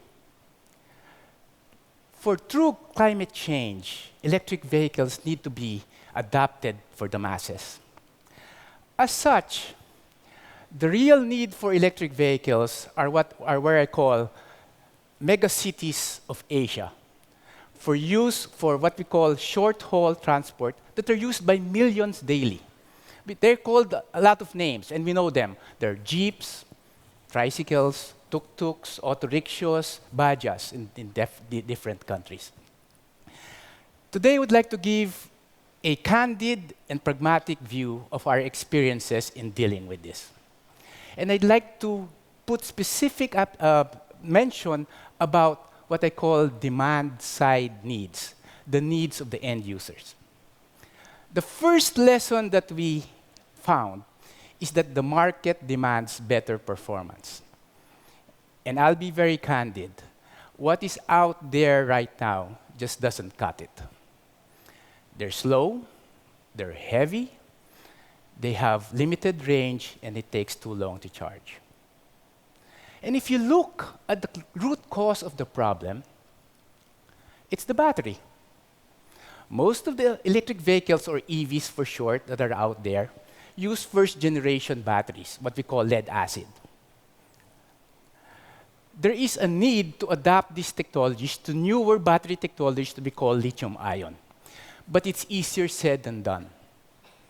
Lithium-ion batteries require a different set of technological know-how that may not be present in the electric vehicle manufacturers here in the Philippines.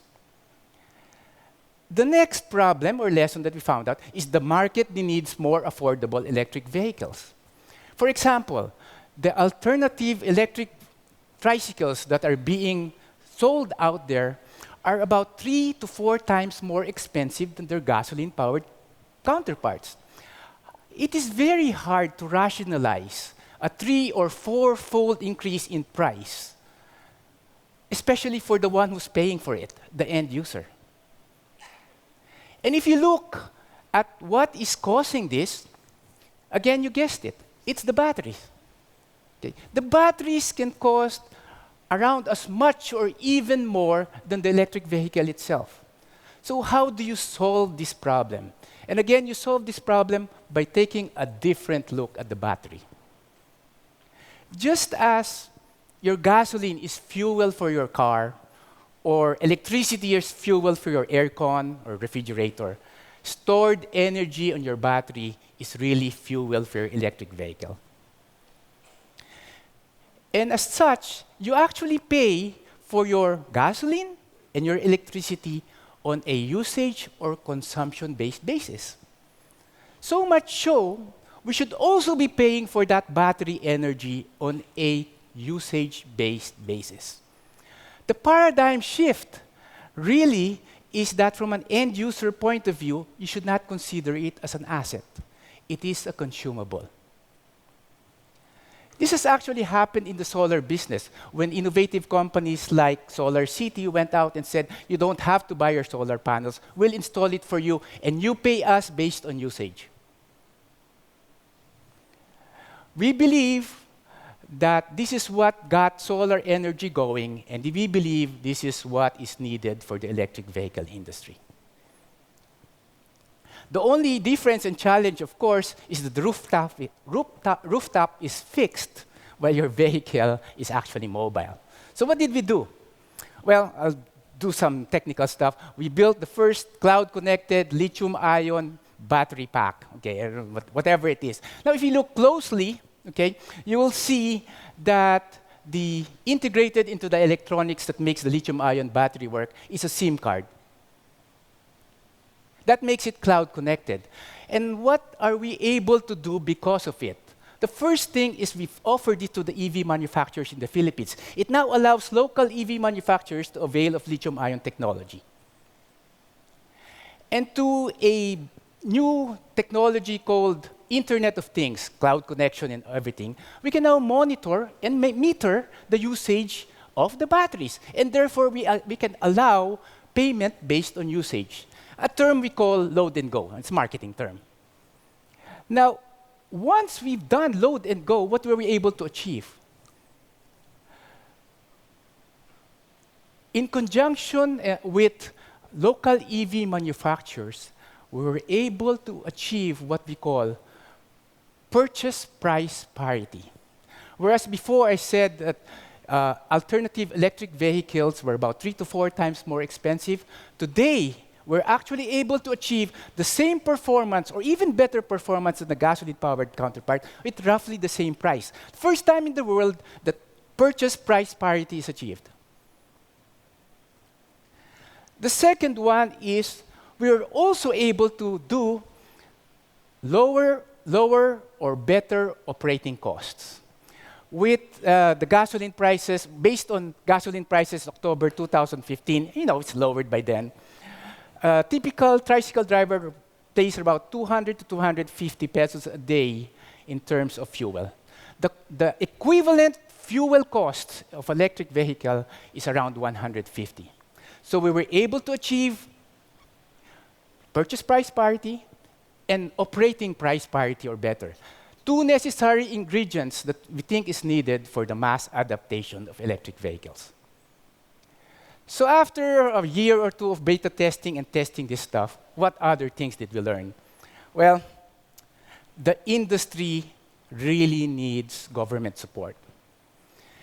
And in terms of what I call franchise or regulation issues, to date, a lot of those electric vehicles out there are in what we call temporary special permit. So it's very hard to get serious investors to say, our project is on a temporary basis. So the government needs to firm that up. The next one is, as Atin mentioned, financing firms, development banks have to take a different look at the battery. They need to recognize that usage-based payment revenue streams are part of a financing scheme. Therefore, they need to be able to decouple financing of the batteries and financing of the electric vehicles themselves. So I will be the first one to admit that there are a lot of issues. So what keeps us going? In the clean tech world, there is a term called triple bottom line. It's building financially sustainable models that have significant social and environmental impact.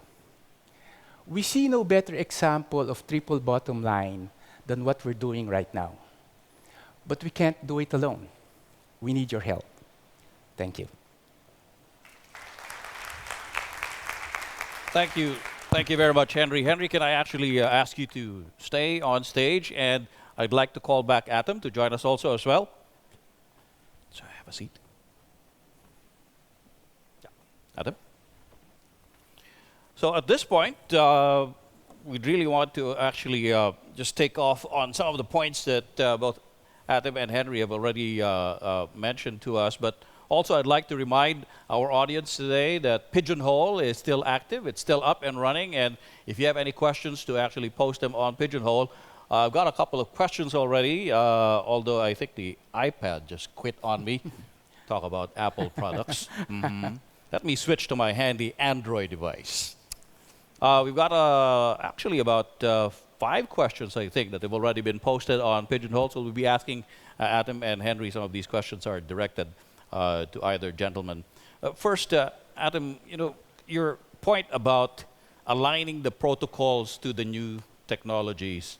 Some people might read a different meaning behind what you say as protocol, which is actually spelled as CORRUPTION. What? Did I lose you there? I mean, in your dealing with the bureaucracy and trying to set up your renewable energy system in Sabang, have you encountered anything by way of, say, somebody trying to get some financial incentive out of you before they can? Okay, corruption exists. Yeah. Oh, okay. I spelled that right. But I can tell you one thing of the Philippines, and so far with this project, we have not even paid a lunch to anyone to get to do what they supposed to do. And I think it's important to make clear, as an entrepreneur, certainly if you are working with clean technologies are there to be clean. Clean financing, no flip-flapping with CDS and Goldman Sachs kind of stuff. We cannot allow people to come into clean energy and pack stuff and sell it as hot air to pensioners, grandmas and grandpas out there and lose their money. Housing, it happened in US. Please don't allow that to happen into the Philippines or into the ASEAN. Don't allow that to happen. Clean energy must be clean. So we make that clear. And I also know that some of my shareholders say, please, please don't say it too loud, because these government guys and whoever there will drain those things and won't approve your stuff and we'll lose business. Sir, we don't care. Clean energy is clean energy. Now, in this case, I must say it's a complicated stuff. There are old rules, old protocols, old laws that do not know how to deal with a hybrid system. How do we evaluate that? In the Philippine system, one look at the price of today and says, do we have the budget or we don't have the budget? Oh, you're too expensive. If you look at what international development banks do, they look at the life cycle of a technology and they look at the entire projection of inflation, of price increase of several components, and then based on that you say we can save over 20 years so much carbon, so much money, etc., etc. Now that thinking is not there into the current government systems, not only in the Philippines, but in many other countries, even some of the developed countries. So it's not a cultural thing. It's not a Philippine thing. No, I think it's a human thing, and that's why I demonstrated there that alignment has nothing to do with carrying a Filipino passport. It's about your human being whose mindset is not aligned, and therefore we are not making the effort to understand. Now, why are we still in this game after 3 years? Several people, including my shareholders, my partners, said, maybe we should give up. Maybe we should it's too small, let's don't worry. You see, if people like us starts giving up, change would never happen. You would never have this BlackBerry in your hands, right? We would be killing it because of commerciality, or sorry, Android. So what is important in here is that we work together with the agencies. We did that. We are not afraid to work into a multi-stakeholder approach. Now, we have spent hours and hours of time to educate and take along with us those officials who were in charge of the contract negotiations. Now, when the government says, we need 75 days to clear your stuff, why do you need 180 days? Right? 75, 180, to me, that sounds like a factor 2 almost, right? So why do you need that? And there is no transparency on that. Now, we have had the ERC's public hearing, which is an official 4-hour session in Sabang. 200 people showed up. It is the first time in the history of the ERC and the energy sector in the Philippines that during that session there was no opposition, no intervention of anyone against this project. Now, you tell me, if on the 22nd of September, 200 people have said yes, why do we need time until today, March 3rd, of saying yes or no to this project? Now, I do know that the colleagues in the government have a lot of workload and that things need to be done.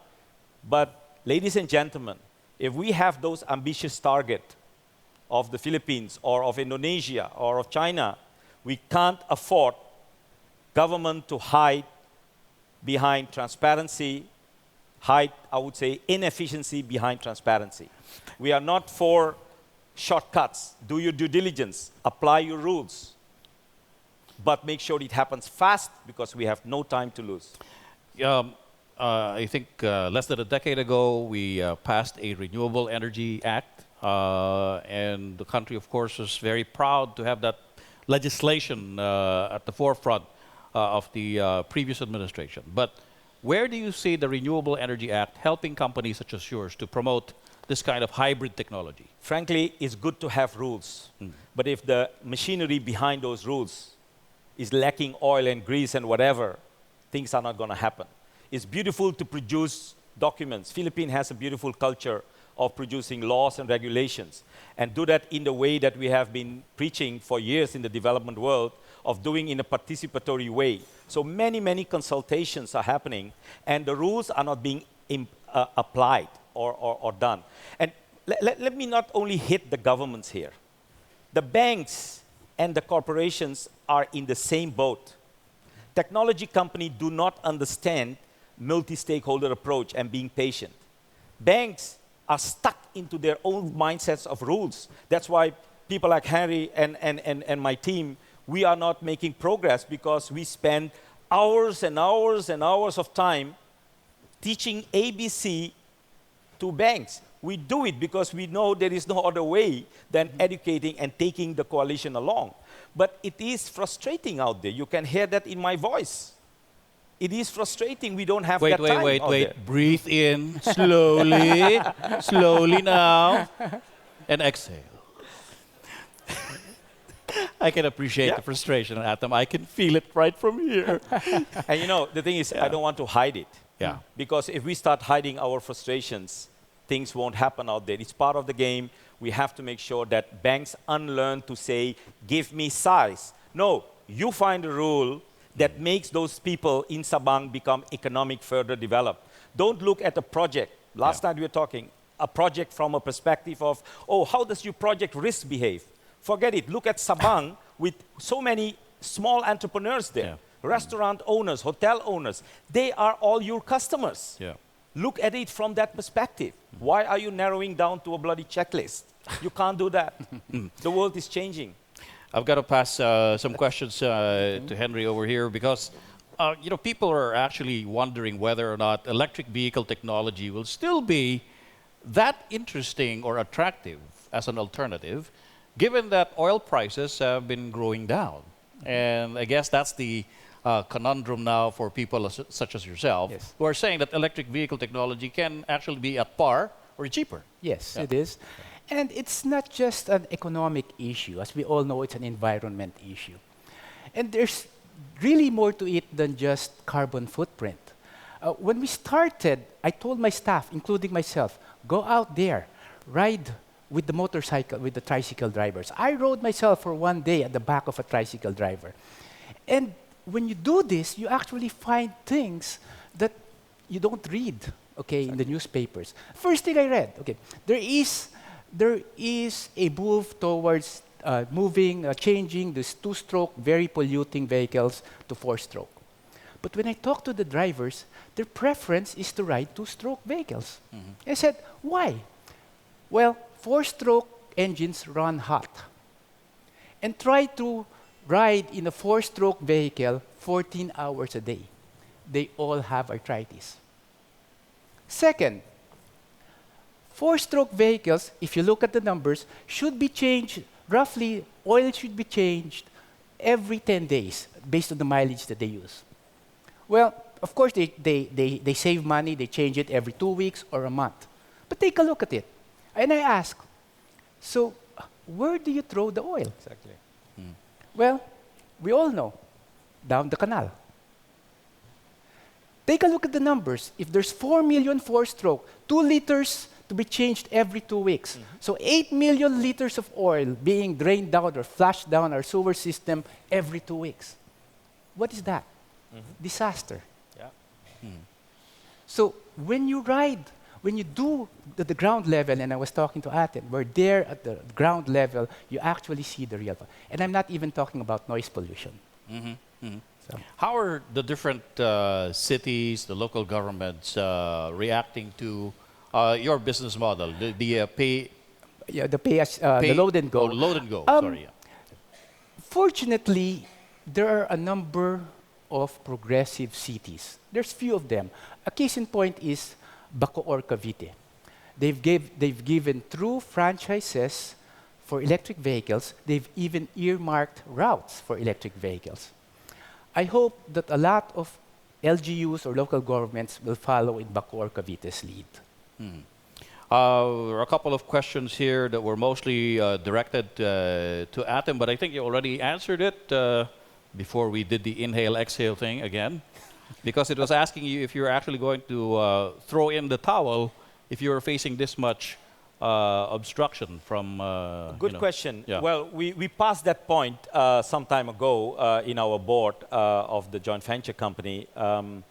But I can tell you, no, we are not aiming to give up. Actually, we are talking here, you see the total market for hybrid systems in the Philippines alone. Forget Indonesia, which is huge in terms of 1,000 islands out there requiring hybrid systems, microgrids, just because of the headache of oil transportation.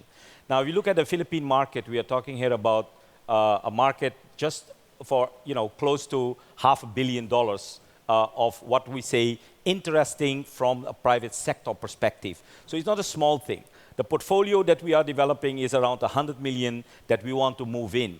To move in, we don't want to go for one little project 3 years again. So we are talking to the different parties to make sure that we move in a package out there in the Philippines, because that's the market out there. So no, there is no giving up. If we really need to, one of the things to see how we can counterbalance the force of the established financing sector is creating crowdfunding vehicles, as we know in Europe and the US. So it's not only about innovation in technology, but we are creating a vehicle in the Netherlands which government law and the financial regulators law allows companies like us to raise capital on the market. So we go to the moms and the dads and collect the money without the middleman who's taking out the money. We'll try to bring it straight into the projects, into the Philippines or Indonesia or wherever, to make sure that at least the equity part of the funding is secured and politically carried by people out there. It's not only about money, it's also about educating people, engaging. We talked to Puerto Princesa municipality and we said, look, what would you do for the crowdfunders from Europe or Singapore? Bring them here, we'll give them a cup of coffee while showing them Sabang. Now that's value. You have tangible things. It's not a paper on the stock exchange market that is crashing. It's tangible. You go there, you bring your kids, touch the panels, touch the things, listen to the diesel, smell the diesel, smell the solar, whatever. You build an experience out there. Are you offering tours to Sabang? Yes, but we are not a tour organizer. We'll say you create tours for people out there. You see, if one direction is not changing fast in the protocols, people like us cannot sit and wait. I was not educated like that. Well, I'd like to actually continue this discussion as much as we have so many interesting points to raise from both Atem and Henry, but unfortunately, we've run out of time for this first session of today's discussion. In the meantime, I'd like to thank our panelists, Atem, for joining us today.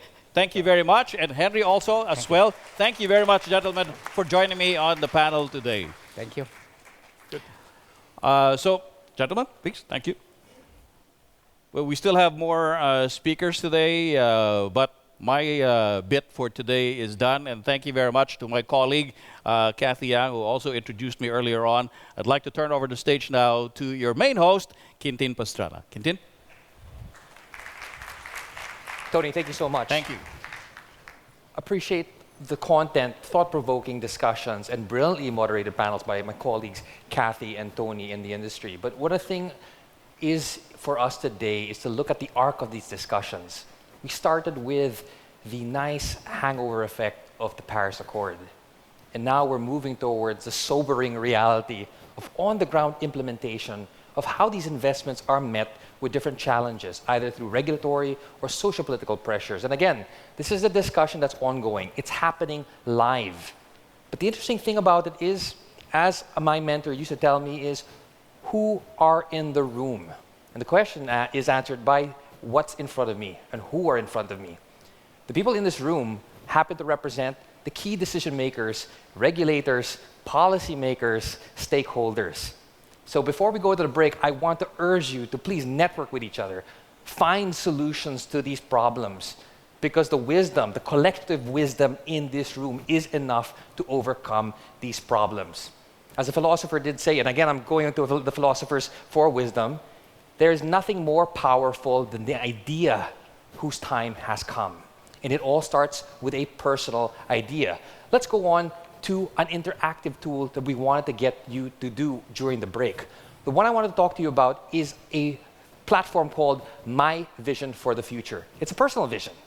So we have basically 5 outputs here and 5 dimensions where you can find your cause, your vocation, your passion, either in terms of resources, what resources are needed to get these plans going.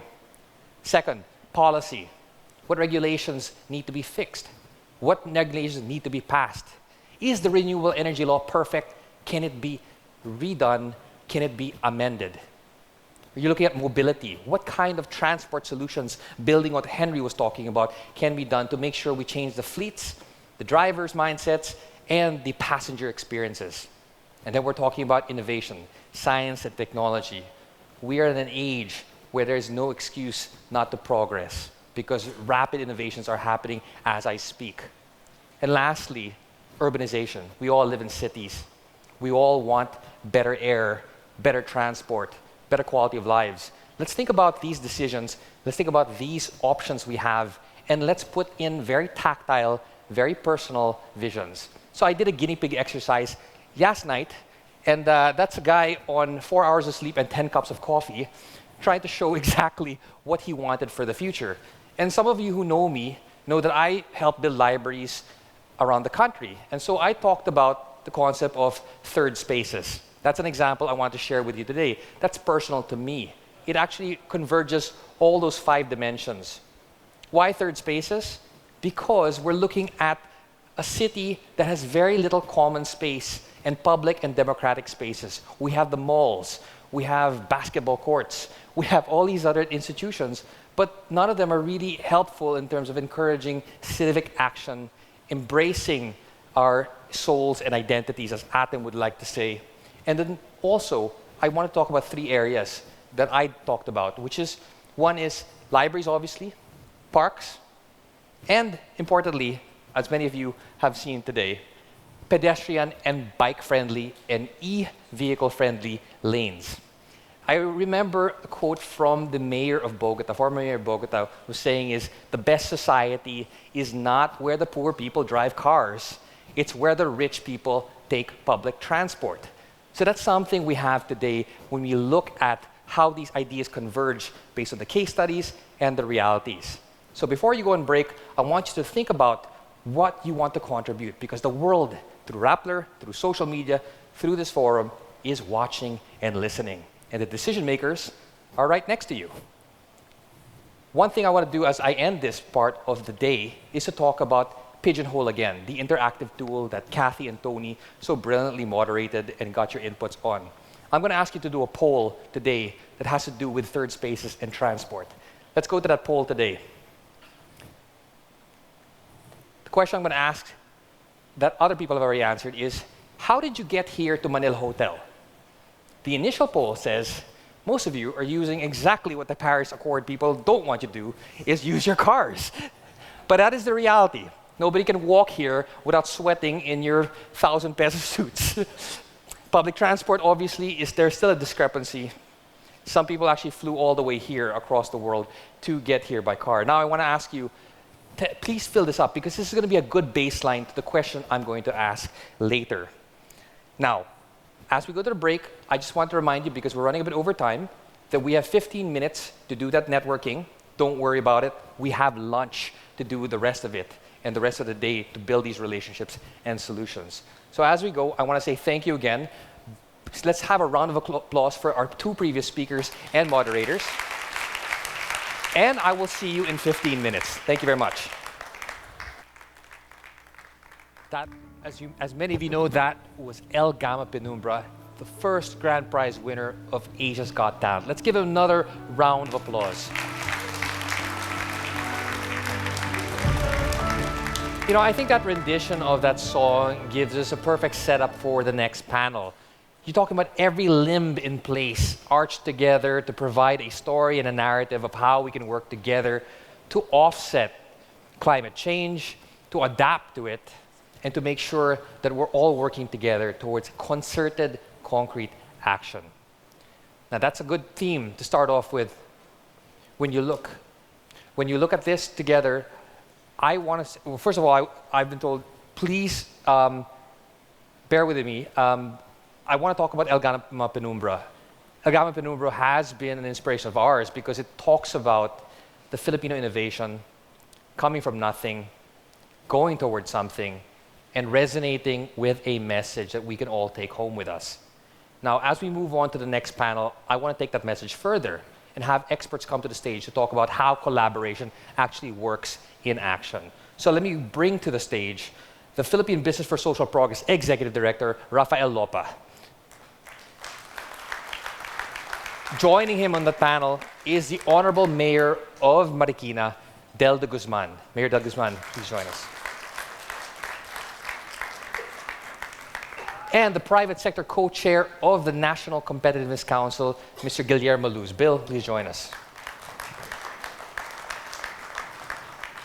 Now, interestingly enough, and apropos to this live action piece that we have here, our fourth panelist, Mr. Ed Chua, the country chairman of Shell, is not able to join us because he's actually meeting with stakeholders right now to align Shell's business and also the environment here. So let's look at these three panelists to talk about collaboration, talk about concrete action, and talk about projects we can all learn from. I'd like to have Rapa talk about the Water Alliance project, which is a very concrete project between the Philippine Business for Social Progress, which is the leading agglomeration of private sector institutions, and their project with Shell itself. Rapa, please go ahead. Thank you, Quintin. I hope you don't mind, I'll refer to my iPad once in a while because the screen is too far from here. And a 52-year-old eyesight is actually quite a challenge. Look. Anyway, just to begin, maybe just to put into context, you have a clicker? Oh, there. Just to put into context what I want to share this morning. PBSP's journey on the water challenge really actually started when many years back when companies as well as humanitarian organizations and ODA funds have asked PBSP to help them in establishing water systems for waterless communities, which actually based on data, latest data, about 15.7 million Filipinos still aspiring for much improved water sources, and about 455 municipalities still considered as waterless communities. And looking at the enormity of the problem, we actually started again asking the proverbial question of how come everything that we've done over the last couple of years seems to be like just a drop in the ocean. And really the size of the problem made us really wonder what is it that we need to do to actually scale up the kind of impact that needs to happen in the country. And of course, we cannot detach the challenge from the emerging challenge of our population also growing leaps and bounds. And of course, latest data says that we're a little over 100 million people in the country right now, and looking at the population and the pressure it brings to the economy, for an economy to actually grow, to actually respond to the demand of this growing population, also creates the consequent stress on water requirements to grow this particular economy. And as based on latest data that we saw from the UN Water report in June of 2013, you can immediately see that about 82% of water withdrawal or water demand is attributed to agriculture, which again is very vital in feeding a growing population. And all of this combined, you can see that the problem is no longer, or the solutions to the problem can no longer just be isolated in the work that we were doing insofar as just providing waterless communities with access to water. We needed to really see the broader context of what needs to happen in this whole water conversation. And that's when we began to look at, or we attempted to sort of visualize how we see the ecosystem in a very simplistic way, of course, looking at the water system. And even just looking at this very simplistic diagram, you can see that in the challenge of balancing supply and demand of water, immediately you can see that there's an interplay of stakeholders that need to happen. That there's the complexity of handling demand and supply already require all kinds of stakeholder engagements. Just for instance, in the course of our discussions here, we realized, for instance, that just to bring research findings from scientific research and technical research with economic data and population data, our ability to actually precisely, as Atem was mentioning earlier, how do you align economic and population data with data that's actually looking at science and technology insofar as handling supply? And at least from where we stand, we haven't seen any concrete attempt, unless there are, attempt to actually match the data for us to have a more rational basis on how do we really balance and create collective action plans to address this mismatch that's happening between demand and supply. Another aspect that actually you look into is also how water is actually managed, how distribution is managed, and also how wastewater is also managed. And that's where you see the role that water districts play, barangay water systems, irrigation associations, and of course private entities that manage water distribution and septage management. And all of these different stakeholders are just sort of moving independently of each other. Even just the challenge of getting, for instance, academic institutions, research institutions, and academe to share the data is something that we hope we should be able to actually get together so that we have a better basis of where to go. As we took a deeper dive in the effort to actually look at the water agenda, the UN Water Report of June 2013 also identified very specific areas of concern where collective action could actually be organized, where we can work together. And as I started earlier, you can see that in the area of water intensity in industry, as well as water for energy, energy for water, which are essentially private sector-led concerns, have actually the least data source in the research that the UN Water Group established. So really, just really the access to proper information to see how companies and how businesses impact our water situation is something that leaves much to be desired.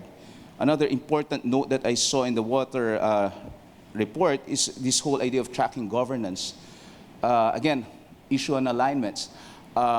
We have 40 agencies, 40 government agencies looking at and regulating water, from DPWH to DNR to LLDA, the Laguna Lake Development Authority, to National Irrigation Authority. They're all operating independent of each other. I don't know, again, to what extent coordination is happening there, but clearly that is where a lot of coordination and organization, collective action needs to happen. That's why really it's easier said than done. Collaboration is easier said than done, but it is the imperative.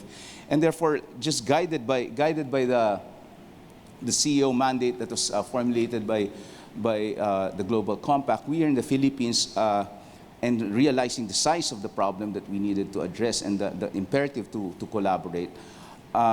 Just recently, last October, we headed by our chair for our Environment Committee in PBSP, which happens to be Mr. Ed Shua of Shell as well, embarked on a very ambitious effort to actually bring together companies and other stakeholders to precisely look at all of these mismatches, and to look at all of the disconnects that are happening, and formed what we call the Water Alliance. And the Water Alliance, in brief, is really a coalition, a platform where we allow these different stakeholders to start sharing information, to start sharing ideas, and even concrete actions that they are actually doing, which could actually be scaled up for us to be able to address the problems more specifically.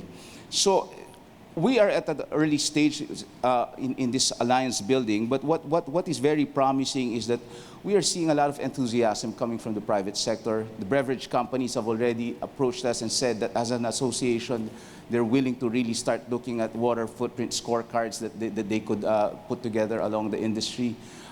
We've already got very positive responses from the research institutions to actually convene and really also share what sort of information and data do we already have in the pipeline that could actually help in the whole collective action planning. We've also worked with humanitarian organizations and ODA like USAID's Be Secure program, as well as the Oxfam project on septage management for Yolanda-affected communities. A lot of these things are actually there for us to harness and bring together.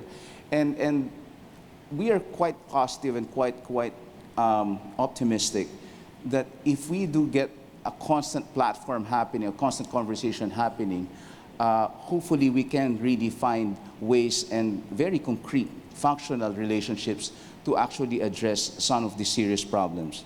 Let me just end by saying that I think we can really be tempted by the overwhelming size of this problem, and tempted to quit, or tempted to just really go into our small corner and just do our little thing. But really, I think the size of the problem, and when you see waterless people, people having no access to basic potable water systems, you really begin to ask yourself, how can you quit? How can we quit? We are all given very unique gifts that are at our disposal. And I think what we need to constantly remind ourselves is that we need to harness those gifts together. And it's only when we harness those gifts that we can actually create change and hopefully really leave this place not only to be a better place, but a more sustainable and inclusive place than the world that we found when we got here. Thank you very much. Thank you, Rapa. I mean, one of the pickup points I've had there is in terms of data-driven action and collective action at that. So thank you for sharing that best practice in terms of multi-sectoral collaboration. Now let's move on to the local governments. Mayor Del, at the center of all this collaboration is the role of local governments like yourselves. Please share with us your best practices and also the collaboration you had with Shell in terms of the study you did years back. So thank you very much, Quintin. Good morning, everyone. First, we would like to thank Shell for partnering with us, helping us in some programs, and especially presenting this, our resilient and environmental programs of our city. So first, we'd like to share with you our environmental projects, especially the material recovery facility It is mandated by the Solid Waste Management Law that the city should have a facility which is in support of solid waste segregation from the source in terms of biodegradable and non-biodegradable. So in Marikina, we have required our households to segregate their biodegradable and non-biodegradable waste. So we are collecting them separately with 2 separate trucks twice a week. And then they are being penalized strictly. So we're happy that our citizen is really doing their share and following the law. So we have also this Eco Savers program, a school-based program where students are encouraged to bring to school recyclable from the respective households, such as paper, plastics, and bottles. Children or pupils are required to bring to the school their recyclable products, and it is being recorded, and their equivalent amount is being paid to them. So in this process, children are taught to be aware of what they are trying to bring in the school are recyclable materials that will help protect the environment. So this program also win Galimpok Awards, the prestigious local government awards. So we have also partnered with Manila Water in terms of septage and sewage management, and this also an ordinance for the free extraction of septic sludge from households, the public facilities for every 3 years to 5 years for the prevention of contamination of our rivers and other waterways. So we have established or putting up innovative rainwater harvesting system. This is a prototype. You can see a prototype of this in our Marikina Sports Center. Actually, we have installed about 37 of these in all our 37 public schools and other government buildings. This is being used for toilet facilities, and also in some, we have to install mineral stones and a separate filter to be used as potable drinking water.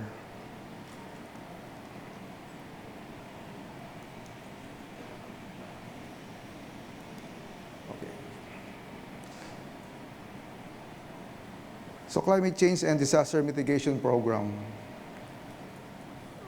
We are proud to say that in recent floodings, we are zero in casualty. We have a policy that during calamities, there should be zero casualty. And it has become our norm, and that quick and effective efforts are undertaken to immediately restore normalcy. We have also installed a warning system, a siren, wherein people during flood season are being warned, and they are voluntarily heeding the alarms geared for the automatic activation of the systematic evacuation and relief operation during when they are affected, then proceed to designated evacuation centers when necessary, and their needs are being addressed automatically. So we also declare September 26. Many of you remember September 26 is the Typhoon Ketsana or Typhoon Ondoy. So instead of commemorating the bad and ill effects of Ondoy, we passed an ordinance declaring September 26 as Marikina Watershed Protection Day. Lined up activities are, of course, tree planting in the watershed, and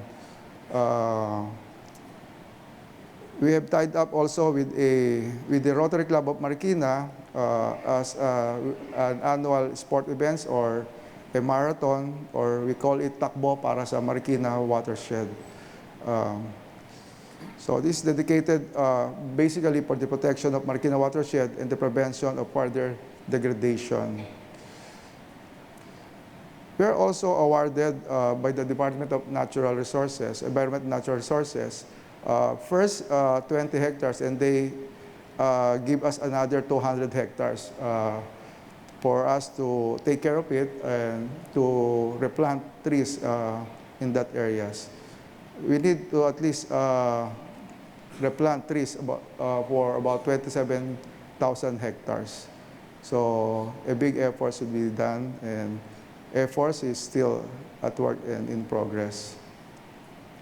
We have also engineering intervention for mitigation. The PWH already lined up projects for the flood control in our city, and on our part, we are also doing our own dredging. We have purchased at least 2 vacuum machines that will maintain all the drainages and waterways that being clogged during flood season.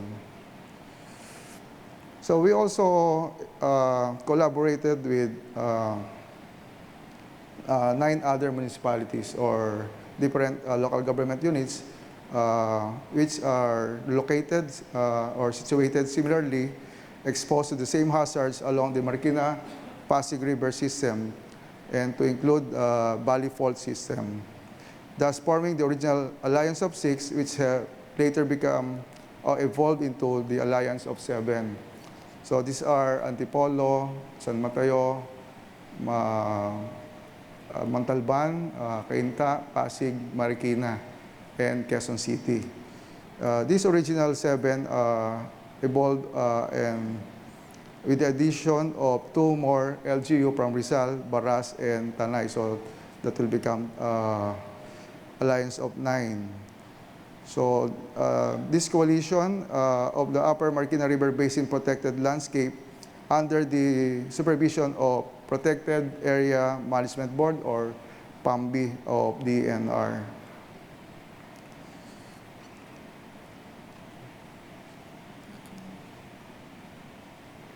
So Marikina have established the longest bike lane in the Philippines or in our country, traversing about a length of 84 kilometers with plans for further expansion. As a bikeable city, this alternative mode of transportation translates into substantial savings on the transport costs for our employees and citizens while promoting a healthy lifestyle. So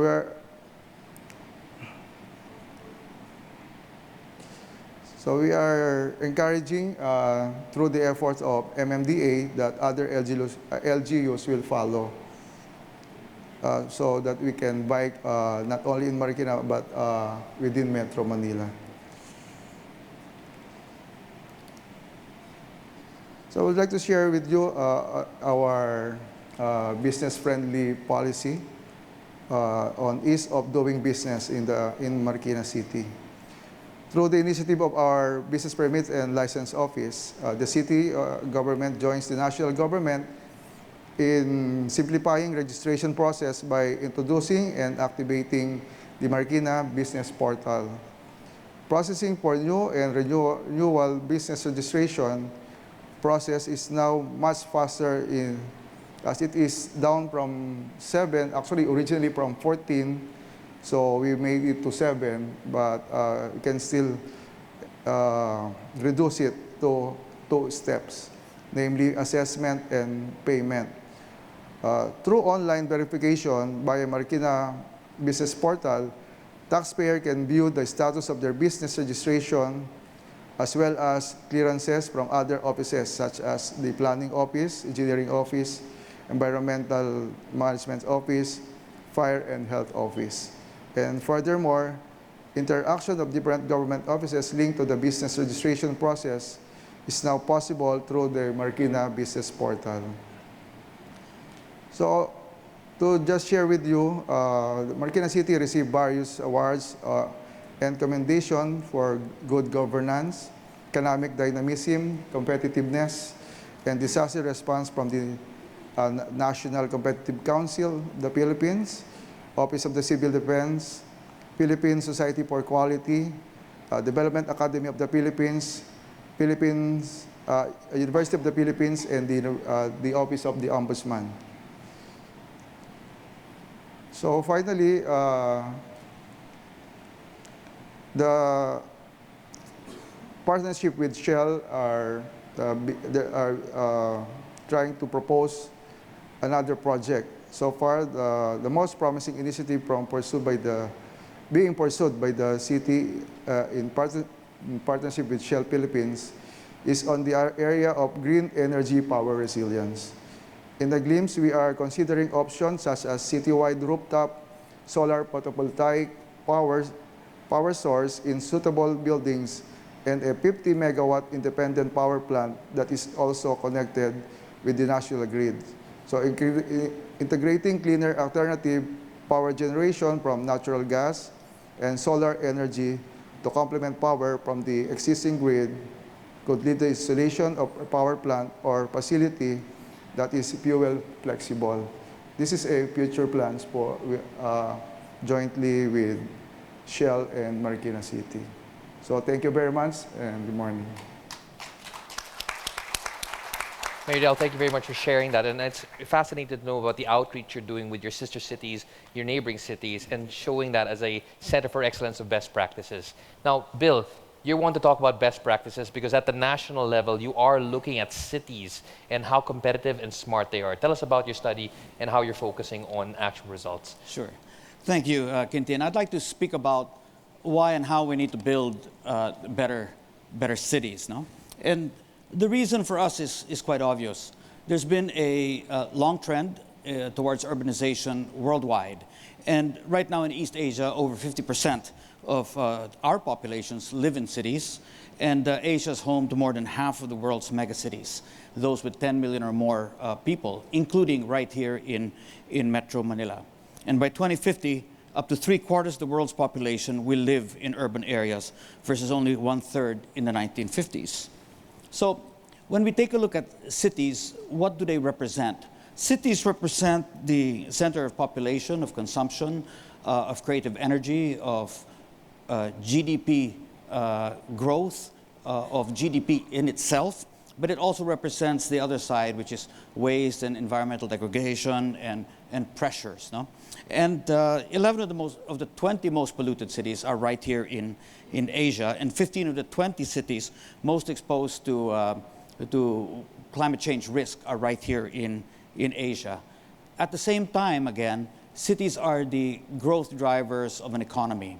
And so generally, when people think, where do they want to live, invest, visit, work, they think of cities. Not all, when they think of a country, in reality, they're thinking really of a city. So we ask ourselves, among Philippine cities, where are we along this particular continuum? And I think we are, in all honesty, towards the survival and the basic side of the spectrum.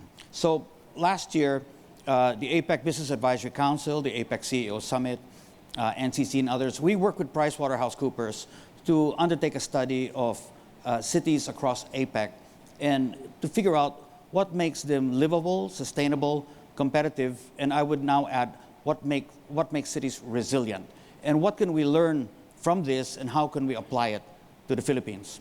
So we took these 5 indicators across the top row, but more importantly, we batched them in 3. The basics, the compromisers, and differentiators. Differentiators are what makes your city brand very different or distinct from another brand. So it's really the icing on the cake. The basics are, as the name suggests, the basics, what you need to have. But it's the compromisers for us which are the most important. Those are the items for which if you do not fix those, you're nothing. Okay? You are not competitive, livable, sustainable, or resilient. So we need to fix that. So we took a look at 28 cities around APEC for this study with PricewaterhouseCoopers, including Manila and Cebu, because we were the host country for APEC last year. For information, out of the 28, Manila and Cebu ranked 22nd and 26th. So that is deep in the bottom of the list. And that's Manila and Cebu considered the best cities, not just the metropolitan areas of the country. So we need to do something about this. So for us, why is there a particular challenge for us in the Philippines? If we take the theory that cities are drivers of the economy, we need to create more drivers and more engines if we want to create more growth in the Philippines, particularly inclusive growth. I don't believe that as a country of over 100 million and with over 7,000 islands, that we can build a country on 3 cities, Metro Manila, Metro Cebu, and Metro Davao. We need to disperse the growth across maybe 30, 40, or 50 cities in order to promote inclusive growth, create value, create jobs, create invest in infrastructure, but we need to spread it around and not keep it so concentrated in so few cities. So what's our vision? We want to accelerate this trend towards designing, building, and redeveloping livable, sustainable, competitive cities in the Philippines, and now I would add resilient cities. Our target is to focus on 30 cities, arrive at 30 cities in 10 years, but starting with 30 cities this year, adding 10 more next year, adding 10 more the year after, and hopefully building a movement.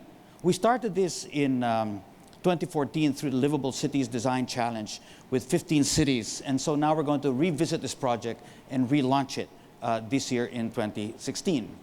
And this requires a great deal of collaboration between government, local government, national government, and the private sector.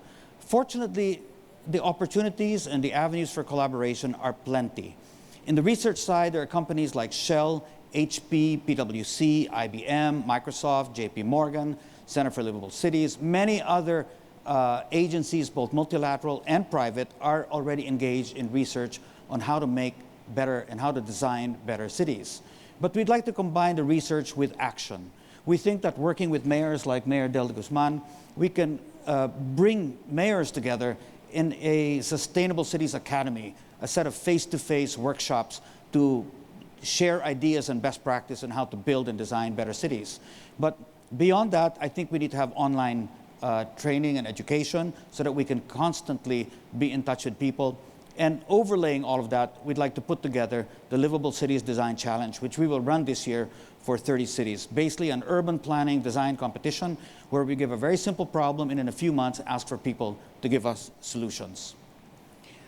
Now, this is not something that we're starting from scratch. There are plenty of examples of collaboration between the government and the public sector. I represent an agency which precisely reflects that collaboration, the National Competitiveness Council of the Philippines. We are composed of 50% public officials and 50% private sector. I represent the private sector as the co-chairman for this government council. We started a project called the City Municipalities Competitiveness Index in 2013, and we set up 6 regional competitiveness committees across the country, again, combining public and private sector officials and academia. Today, we have all regions, 16 out of 17 regions of virtually the entire country covered with our regional competitiveness committees, and we have ranked over 1,100 cities and municipalities on a competitiveness index. So at least we're able to work with mayors and they're able to find out where they are not doing well. So at least we have a starting point for the collaboration. I'd like to close with resilience because this is important. Mayor Del already mentioned Typhoon Ondoy in 2009 and the floods that created. A number of you are familiar already with Haiyan or Yolanda in Leyte in 2013 and through a large part of the country. We've decided in the private sector that we needed to also get involved in resilience. So we reorganized a foundation known as the Philippine Disaster Resilience Foundation. Rap and I sit on the advisors board. Ed Chua sits on the board. And we've decided to create a disaster operations center so that together with the private business community, NGOs, international humanitarian agencies, and the government, we can keep closer track of our risks. Not really designed to respond after a disaster, but to understand all risk and create better situational awareness so we can prepare well before a disaster strikes us. So it's all about resilience, preparedness, mitigation, and prevention. And by mapping these risks and training people and checking out scenarios much like Shell does in its business, we feel that this level of collaboration will make the country safer and more secure in the future in the face of typhoon risk that we all face, as what was already illustrated in earlier presentations on climate change. So the avenues, the potential for collaboration, they exist, they are high. We think we need to take full advantage of this so we can create a better, more secure country. Thank you. Phil, thank you so much for the comprehensive outlook. Now, we have limited time, but it seems to be a convergence of questions here from both the Pigeonhole, the SMSs, and even my notes. And the question that comes to mind here on people's minds also is, how do you get these best practices there, for example, a city like Marikina, across the close to 2,000 local governments, at least on the municipal level, and the 42,000 barangays we have across the country? I mean, knowledge management is one thing you're talking about, but where do you get the best practices and transplant them immediately to other local governments that want to learn, for example, from Marikina? Well, you know, in my view, when it comes to local governments, my observation is mayors are very open to listening to other mayors. So I think I would say the agenda of meetings of mayors should focus on these best practices and let the leading mayors illustrate what they've done, but maybe get some brave mayors out there to also speak about what they've done which have failed, so people know what to avoid. But one thing I know with mayors, and this is not just Philippine mayors, but mayors and mayors from other countries, they are open to listening to each other and learning from each other. So I think the more of these types of meetings we have, the better. We have 1,634 cities and municipalities, so we don't need to get everyone together at the same time. We can do it by regional block or by island block, maybe Luzon, Visayas, Mindanao, and certainly I think interaction with successful city mayors from around the world, it's a great learning experience. Thank you for that. Now, Rapa, specific to the Water Alliance project, how do you see the private sector actually just adopting a common platform for not just water, but other areas like food security, for example, or geohazard mitigation? Tell us about what the Water Alliance can share with others. Well, I think one of the major motivations that for the private sector to actually get together and to look at shared challenges is really very much linked to market as well. I mean, I think we have to admit that market does dictate a lot of the decision making that happens with companies. But beyond that, of course, is really challenging companies to look beyond the profits that they generate out of the market, but really to look at how does the core business really create more inclusive models or inclusive situations, as well as more sustainable solutions. And that's essentially the essence of what we're trying to put together in PBSP, is really to come up with these platforms where business can get together, discuss similar issues, discuss similar challenges, and share best practices. Just on the Water Alliance, for instance, we've learned how the Lopez Group, for instance, have really harnessed hydropower, and how technology that they've put in place there could actually be shared to other companies that may want to look into that kind of an investment. Even, you know, sometimes when I was discussing with them, for instance, on just figuring out how much trees do you really need to plant in a watershed for you to be able to contain X cubic meter of water, they have a technology that actually measures that. And immediately asked them, can you share that technology for us, so that when we encourage volunteers to actually plant trees in watersheds, whether it's Marikina or in Cagayan de Oro or wherever, or even in the Cebu lands, we should be able to educate our volunteers as to what is really the value of the volunteer work that they're doing insofar as really preserving water in these critical watersheds. And I think really, if business begins to really see the wisdom of sharing, wisdom of actually getting together to collectively address shared challenges, I think that's the only time we can really look at growth to be more inclusive and more sustainable. And precisely only because, second to government, the major driver of growth in the country is really business. And we're really looking forward to working with the private sector towards more collaborative efforts. Thank you, Rapa. That is such an encouraging development. Now, Mayor Del, finally, to you. I mean, you've talked about best practices across different projects in the spectrum, but I want to talk about best practices over time. One of the fascinating things about Marikina is that you're building on legacies here, from the Fernando administrations now to yours. How do you encourage other local governments to look at this continuity of policy? Something obviously our national leaders need to learn, but from the local government, how do you encourage this local continuity and sustainability? Well, I think the Department of Interior and local governments is doing something about it, trying to collate all best practices of all local government units and try to show it to all other local government units who are interested on certain programs and projects. So for us, for example, in Marikina, we are always ready to share any programs that the other local government units are interested with, what programs they wanted to. And also, the League of Cities of the Philippines also encouraging to participate in this, trying to visit or exchange visits with other LGUs also. So. And finally, just to look at your successor, what do you plan to do to have some knowledge transfer between your administration and the next one, so at least other people here from the local governments can see how it's actually done between two administrations? But actually, the main important thing to do is to institutionalize those programs. So by backing up of legislation and to have a sense of permanency of the program, so that any successor or of interest, they cannot just ignore the project because it's already permanent in nature through an ordinance or a legislation. Mayor Del, thank you so much. And gentlemen, thank you so much for your insights. Let's give them all a round of applause. And more importantly, Rapa, Bill, and Mayor Del will be here throughout the day to take your questions and even build on this collaboration that we have started today. But gentlemen, thank you. Thank you. Thank you. Now, ladies and gentlemen, we actually have a more exciting part today because now we're talking about how art, poetry, literature, art, architecture, and technology come together.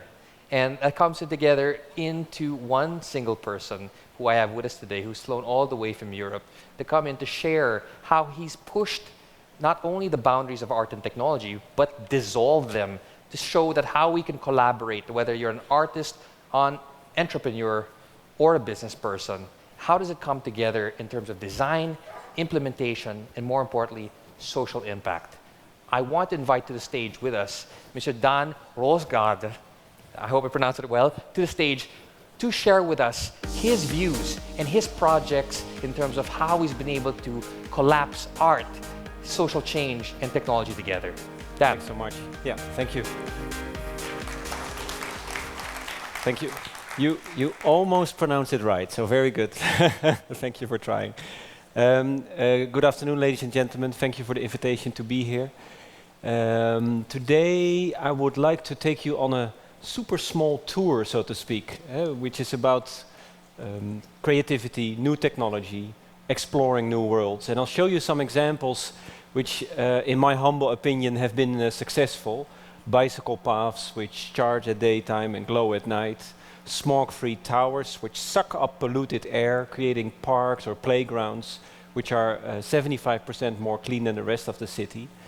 But before we dive into that, I thought it was also good, since we've been talking about smart cities and durability and all these kind of things, to show you an example of when it goes wrong. Because that's also very, very important. If you innovate, you make a mistake. Otherwise, it's not innovation, it's not changing anything. And that usually goes wrong in the balance, in finding the balance between technology and what people anticipate. And I'll show you an example. This is CCTV footage 2 years ago in a country nearby Europe, people who encounter the escalator for the first time in their life. And it goes wrong. It goes horribly wrong. So, ladies and gentlemen, sometimes this happens. We have a great technology, we have a great idea, but if it's disconnected from people, it stops. We push a button and it stops. So we have to get used a bit to the new world. And then government or a boss or a CEO comes and stops everything. But this is a very good leader in that way, because he waits a bit. Look at his feet on the right. He waits a bit, puck, and then he puts it on. So this is very interesting. In a world where old systems are crashing and new ones have to be discovered, we have to learn to let go. Just let go sometimes. But apparently we find this very difficult as human beings. Anyway, I have a 2-hour movie of this, so I'm perfectly fine showing you that, and then we can skip all the... Okay, but I think somebody in the back won't allow me to. So anyway, why am I showing you this? Well, because this is us. This is you, this is me. We are figuring out new ways to survive, to find a balance between these things. And I find that very interesting, where the notion of technology is important, but the notion of dreams and new ideas as important as well. This is how it starts in a way for me. You remember these glow-in-the-dark little stars you had on your ceiling when you were a boy or a girl? Yes, you know? Well, I've always been fascinated. How can we use energy harvesting or energy-neutral landscapes of the future? And so we started to look at this kind of glowing material, went back to the lab, made it more durable, more sustainable, more glowing, and started to connect it with Van Gogh, famous Dutch painter in the Netherlands, in an area where he worked and lived. And this was a request from the city to basically bring cultural heritage more alive again, to make it feel more connected with the people around. And I started in a way to connect my world of the new material, the world of art. Basically, this is how my brain works. So creative process can be linear. And this is what we made 12 months later. So a bicycle path through the area where Van Gogh lived and worked in 1853, before he went to France and made his famous paintings, charging at daytime, glowing at night. And so here it's about promoting cycling, not about the car, but to promote cycling and make something which is shareable for everyone. So you can go to the Netherlands, nearby Eindhoven, and see this every night for free. Short movie. Can we put the volume up? Good.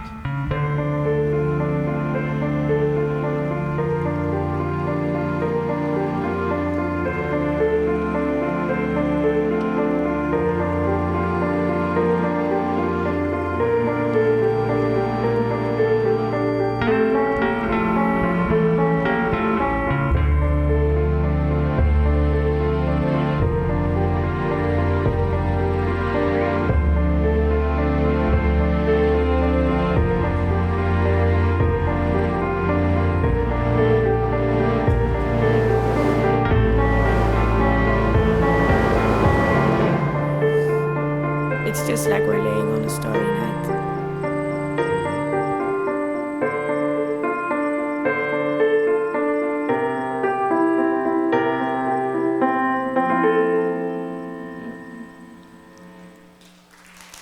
Thank you, thank you.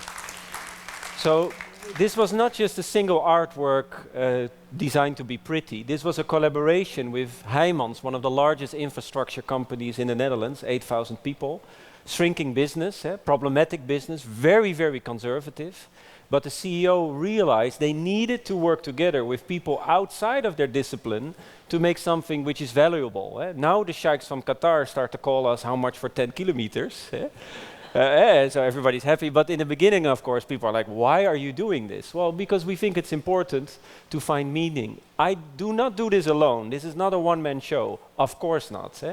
So this is the studio in the Netherlands, in Rotterdam, an old glass house, saved from demolishment, where I have my team of designers, architects, process managers, external scientists.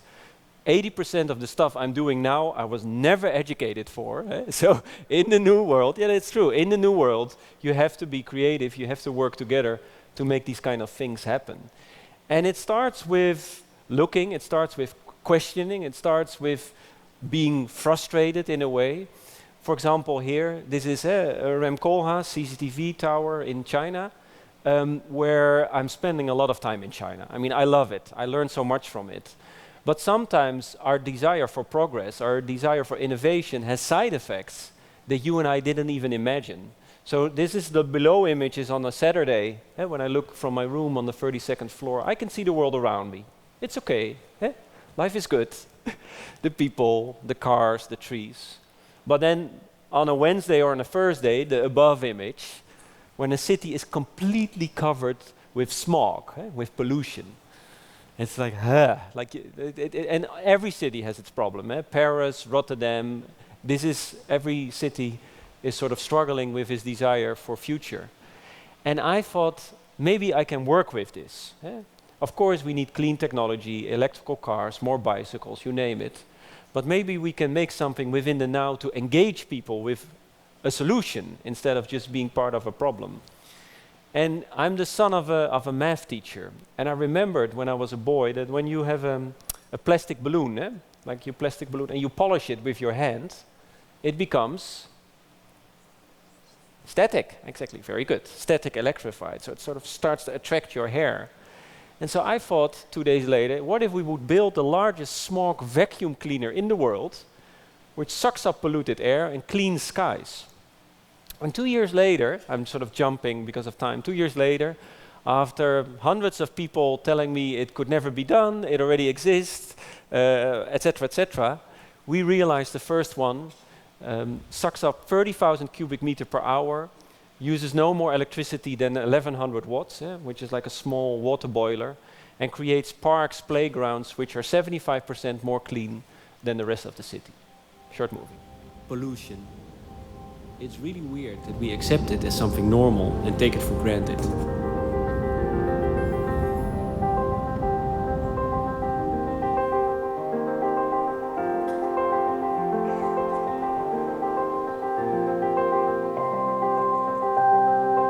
I wanted to create a place where citizens, makers, NGOs and governments can experience clean air. A bubble of clean air, where people can think, meet and work together how to make a whole city smog-free. It's a place created by the largest air purifying in the world, which can travel a smog-free tower.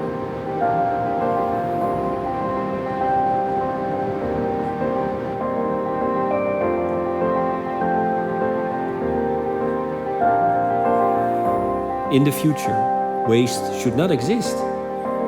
By putting the captured smog particles under high pressure, we create smog-free rings.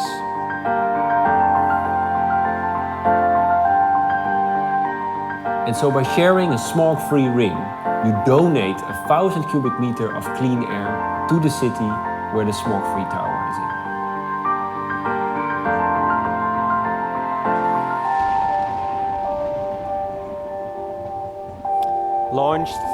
Launched 12 months ago in Rotterdam by the mayor.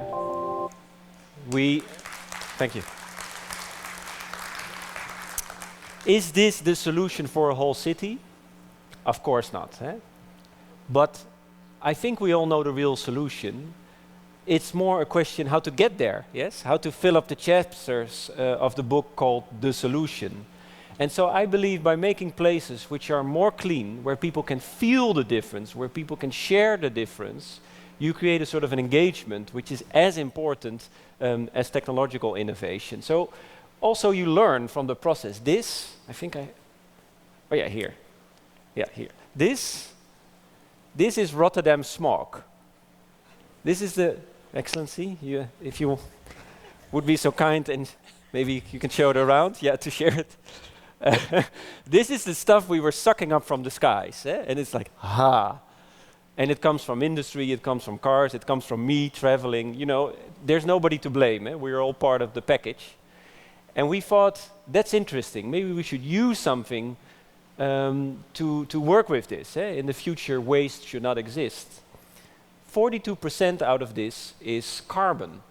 And carbon under high pressure, you get diamonds. Very good, yes. So we started to compress it for 30 minutes, and then you create smog-free rings. And so by sharing a ring, you donate 1,000 cubic meter of clean air to the city where the tower is in. And in a way, this saved the project, because at that time, 1 year ago, we had a problem. Nobody wanted to be a client. Because all the cities were like, yeah, we're not going to support this project because everybody knows then that we're dirty, that we're polluted. So we had a budget problem. And when we launched this project, over 1,600 people pre-ordered the smoke-free rings, because they thought it was beautiful or good, or they wanted to give it to their boyfriend or girlfriend. But even more importantly, they prepaid it as well. So the finance we got with the jury helped us actually to partly realize the tower. And it's beautiful. You always have to think as a circle. And right now, oh yeah, we're making a whole series of, including the cufflinks for the gentlemen. And it's interesting, we shipped the first batch 2 months ago. People start to wear it as an earring, or this, I don't know, somebody recognizes this guy? Dutch CEO of DSM, huge company, Feike. Who, look at his face, he's really happy. Yeah? Who's wearing the smoke-free cufflinks as a proud ambassador. So innovation is hard innovation, technology, proven, fact sheet, but also social innovation, that you make it, that people care about it, something that which makes you excited, yes? You need both of them to create impact. To conclude, I think the mayor and the panel before me already addressed it as well. The notion of the landscape, the future, the people, making places which are good for us human beings. That's the real challenge of the world we live in today. And the Netherlands, where I come from, is a very specific country, because most of it is below sea level. Yes? So without technology, without creative thinking, we would literally drown. All the Dutch people would be more or less dead, yes? Not good, not good. So we have this very sophisticated system of dikes, of canals, etc., etc. And it usually goes very well. For 1,000 years we have been resisting the waters. But sometimes it goes wrong. Sometimes, not so many times, but sometimes. Here you see the breach of the dike in 1653, famous painting. And so Dutch government today came to me and said, Daan, can you make something to create water awareness? Because it's something that the international, the knowledge can be shared, but a lot of people in the Netherlands take it for granted because it goes right all the time, yes? So that was a problem. And we made this project for them, Waterlight, Waterlicht, which is a combination of LEDs and lenses showing how high the water level would be if we stop, yes? If today you all go home and say, okay, bye-bye, we don't need to invest in new ideas, life will be good. Well, in this case, it goes wrong. It goes quite wrong.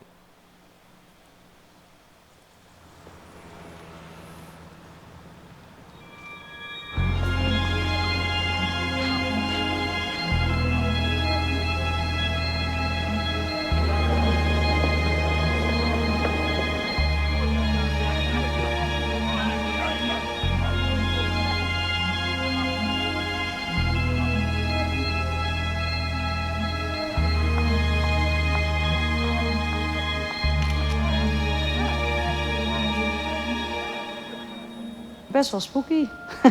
Spacey. Ja. Wat ik het gevoel dat ik erbij krijg is een beetje onder water. Dat je onder een laag zit. Ja, best wel mooi, vind ik. With the waves above us. And it's magnificent. Ik weet natuurlijk dat we beneden zeeniveau zitten, maar ja, zoals je het zegt, zou dat niet zo fijn zijn als ik dit opeens over me heen ga voelen, nee.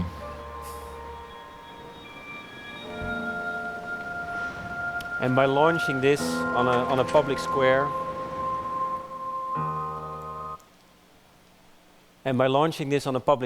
first night, a couple of thousand people came, sharing it online. And the third night, 60,000 people showed up. It was huge. And suddenly, you know, these people were thinking, talking about water, but also about the future, where the worlds of poetry and pragmatism connect, where the world of the hard capital and the soft capital slightly but surely collide. And I think that's the conversation I would like to have with you today, here in Manila, but in my opinion, we should have it anywhere. how to connect these worlds to make a world which is truly future-proof. All right, thank you so much. Thank you. Don, thank you so much for such a wonderful presentation and for these breathtaking examples. If you'll join me for a seat and I here. want that smog back, by the way. Well, Dan, you're going to have to earn your lunch here. I have a couple of questions from Pigeonhole and one on myself, for myself. And it really has to do with translating that vision, that intersection between art and technology into a developing country. I mean, the conventional wisdom is you're looking at a semi-Maslowian hierarchy of needs, wherein the utilitarian comes first, and then we can take care of art. You're turning it on its head. How do you do that and encourage Filipino policymakers and artists to look at that vision? Well, that depends on your definition of art. Is this a painting in a museum with a sign, "Do not touch"? Or is it the source of who we are, which is creative thinking, yes? And I'm not saying the whole city should be a museum. No. I'm saying combine different sectors, like the infrastructure company worked with me to make bicycle paths which are more safe, which are energy friendly, which are sort of attracting people, good for business, which makes local tradition a statement. So I think it's not just about art, it's about finding new connections. And that is sort of necessary for everyone. Very simple. Yeah. And art can be a great incentive for that. Yeah. Well, Dan, one thing is fascinating about you is you have your foot in the art side and also the architectural side. And design draws on nature and people's experiences. Can you talk about how this comes together in terms of looking at these otherwise prosaic spaces like dams, for example, or tunnels and roads, and how you can change people's mindsets in just an ordinary way of looking at things and transforming those spaces for better? Yeah, well, I mean, the city we live in determines very much how we feel like, how we dream, what our ambitions are. So we should use it as a laboratory in that way. I think what is very important is to connect it with the entrepreneurial thinking. In that way, I feel more like a hippie with a business plan. Sort of like no, it's a good soundbite. Because it's like you have a dream, but you also want to create impact. And public space is, I think, one of the most important places to start, because it's the place that everybody uses, but nobody really cares about yet. And I'm scared that we grow up in a world where everybody thinks. Where most people think everything has a download button, because we're so screen-oriented, instead that we look around and find connection with the people around us. So sometimes that makes me sad. Well, you know, this connects to my last question, which is basically about how your vision translates into how art makes a difference in people's lives. I mean, we're looking here at yourself. You come from the land of Rembrandt, Rubens, and Vermeer, and yet you're using technology. The funny thing about that is you're actually using biomimicry, learning from nature, and that's an incentive to actually preserve nature. Can you tell us about how that converges in terms of the mind of a policymaker to get people to preserve the environment so they can draw from these ideas better? Yeah, it's a good question, because nature in city is not just more trees or grass on roofs. It's about finding principles in nature and sort of learning from them to make our cities human again. So, for example, if you look at a firefly or a jellyfish, it emits its own light.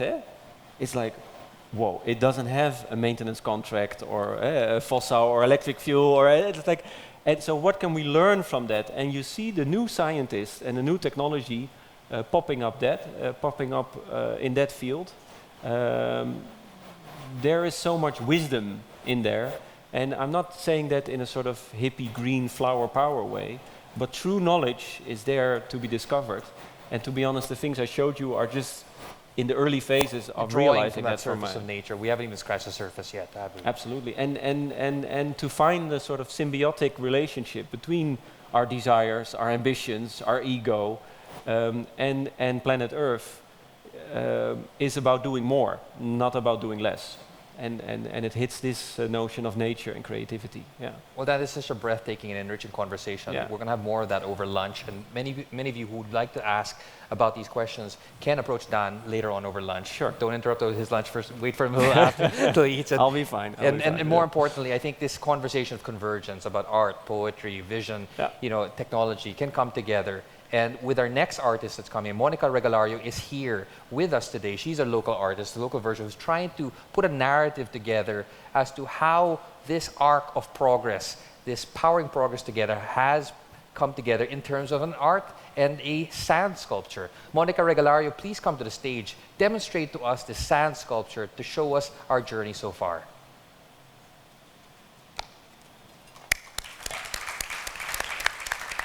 Okay. Thank you very much.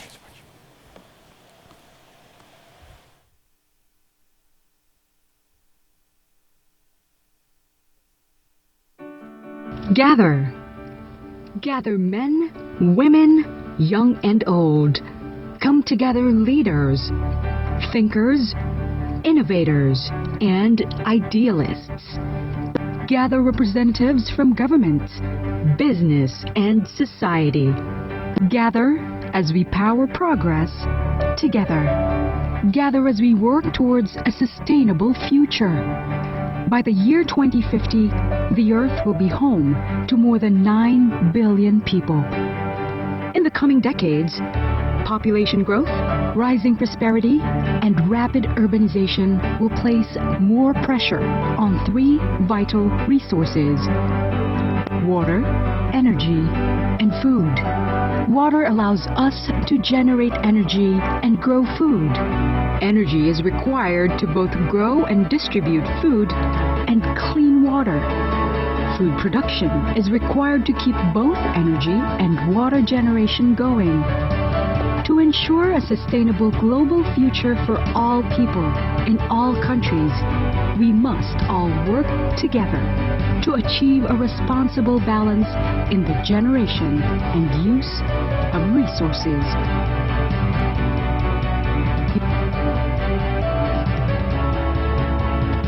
Gather as we work towards a progressive future.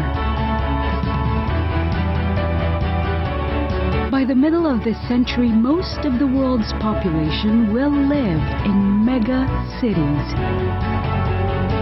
Asia will be the most populous continent and home to half of the world's mega cities. As more people shift to city living, rapid urbanization will add pressure to vital resources, thus impacting the quality of life of billions of people.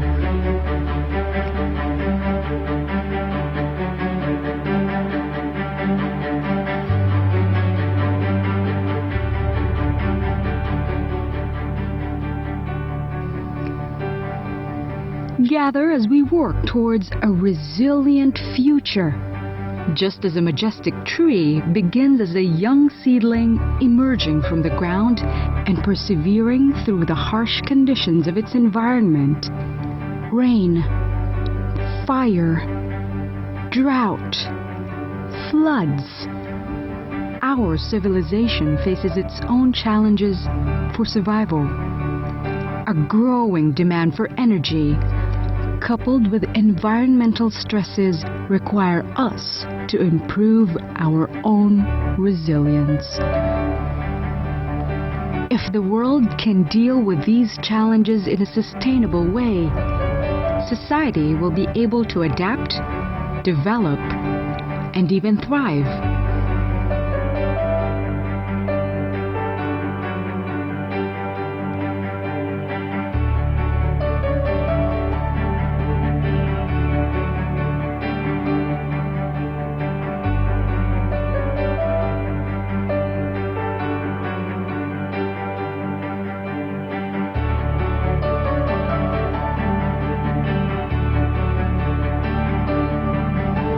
So, we live in a time of great opportunity. But government, businesses, and civil society must work together to ensure continued progress and greater resilience.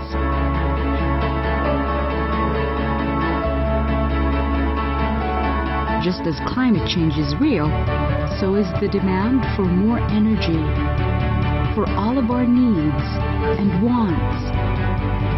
From power to plastics, heating to transport.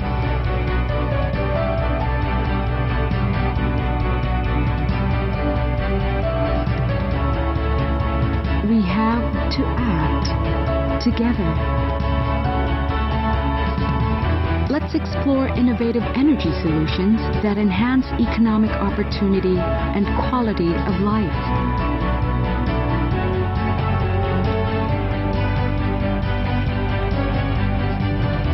We need to act together. We need solution-oriented policies. Our society has to design low-carbon economies, communities, and lives.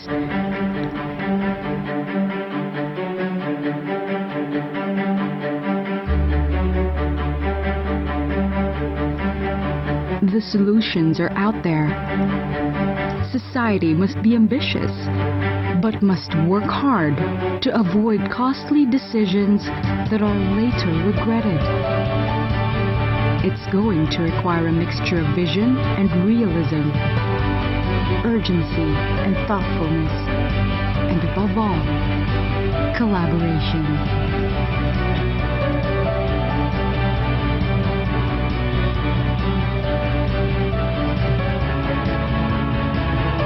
Gather, because together we can.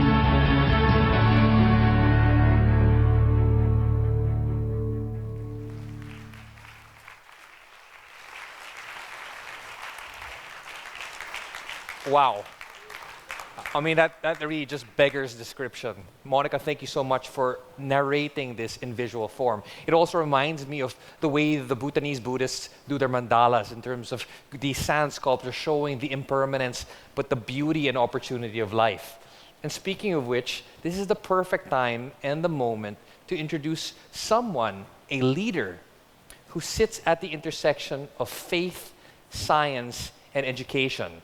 He needs no further introduction, so let me bring on stage Father Jet Villarin, the chairman of the Manila Observatory and the president of my alma mater, the Ateneo de Manila University. Father Jet, thank you so much.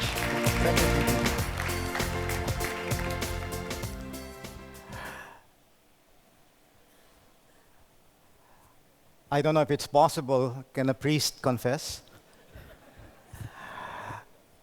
I was thinking of admitting to you that I hesitate to pontificate. Am I preaching to the choir here, to the converted? I am tempted actually to do a Leonardo DiCaprio and just tell you climate change is real. But the root itself of pontificating, I think, comes from the word pontus, bridge. And in fact, this guy, this crazy old guy here, is a pontus of sorts, pontifex, a bridge maker. When he was here, and it started to rain in Tacloban, they started to give him a special raincoat. And he said, no, I want what they're wearing, the same thing that they're wearing. This guy is asking the big questions these days, and he's making us squirm, actually. He's asking fundamental questions such as, what's all this for? What's the energy for? What's the quality of life for? If you say energy is for quality of life, what's the life for? What is the meaning of human activity? And so, by asking those questions, he points us to this reality that in spite of our hyper-connectivity, we are disconnected from ourselves, from nature, from each other. And so the imperative to build bridges. He says protocols are important, international agreements are important, yes. Structures, systems, they are necessary. But unless we change the culture, the mindset, the heart set. This transition will not last. This change, this conversion that needs to happen, has to happen also inside. And so he suggests, can we be happy with little? Do we have to grow so fast? Do we have to succumb to sadness for what we lack? What makes for happiness? I spent a few days actually in one of the poorest areas some time ago. And in Navotas, the people there actually, what they do is they steal electricity. What they do is they tap. They illegally tap from the usual Meralco line. And they know that when the Meralco inspector comes, they have a code word. Now, I stayed in this community. It's a labyrinth, actually, to get inside. They call it Looban. And there's a code word. When the Meralco inspector comes, the code word is aswang. In other words, aswang means monster. The monster is coming, meaning take out all those illegal connections because the inspector is coming. Well, one night, true enough, aswang came. And what did they do? They pulled all their wires, and the area was plunged in darkness. And I thought to myself, well, why don't these people curse their fate? And with Francis, I also asked myself, why them, not me? I could have been born to them, to these kind of people. And I'm not.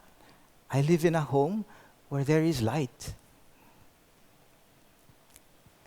Almost as a knee-jerk reaction, something innate about children, perhaps because they're oblivious of many things. They play. They light something, and they play. And I thought to myself, that is the source of resilience. That will be the source of our hope. And so here I quote something from the Union of Concerned Scientists. It's very simple. Sustainability, for all its esoteric definitions, it just means leaving something for our children. I do not have children I can call my own. And why is it that I feel some love for these kids who I don't know from Adam? They do not come from me. If I can feel love, how much more you? I sometimes ask, what will bring us together? Is it the fear of the fires of hell? Is it the fear of the end? I have been asked to give talks on the end of the world.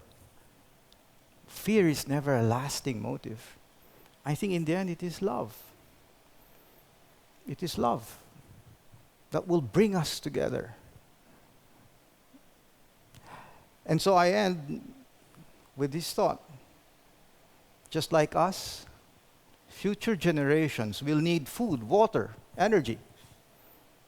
Not to mention some wildness, too.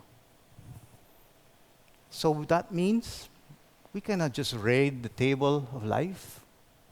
We need to create with nature, with one another. We have to build bridges. And yes, I'd like to tell Leonardo, we can dwell on the shadows, we can curse the darkness, but Leonardo, the light is real. The light that sometimes casts the shadows. The hope is real. We can come together and we can tend this garden that has been entrusted to us. Thank you.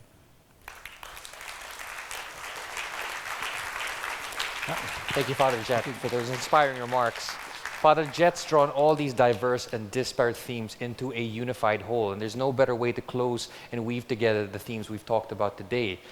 But this wouldn't be complete without thanking the institution that brought this and all of us together. So I'd like to ask Mr. Simon Henry, the Chief Financial Officer of Shell, who's flown all the way here to give his word of gratitude. Simon, thank you for joining us.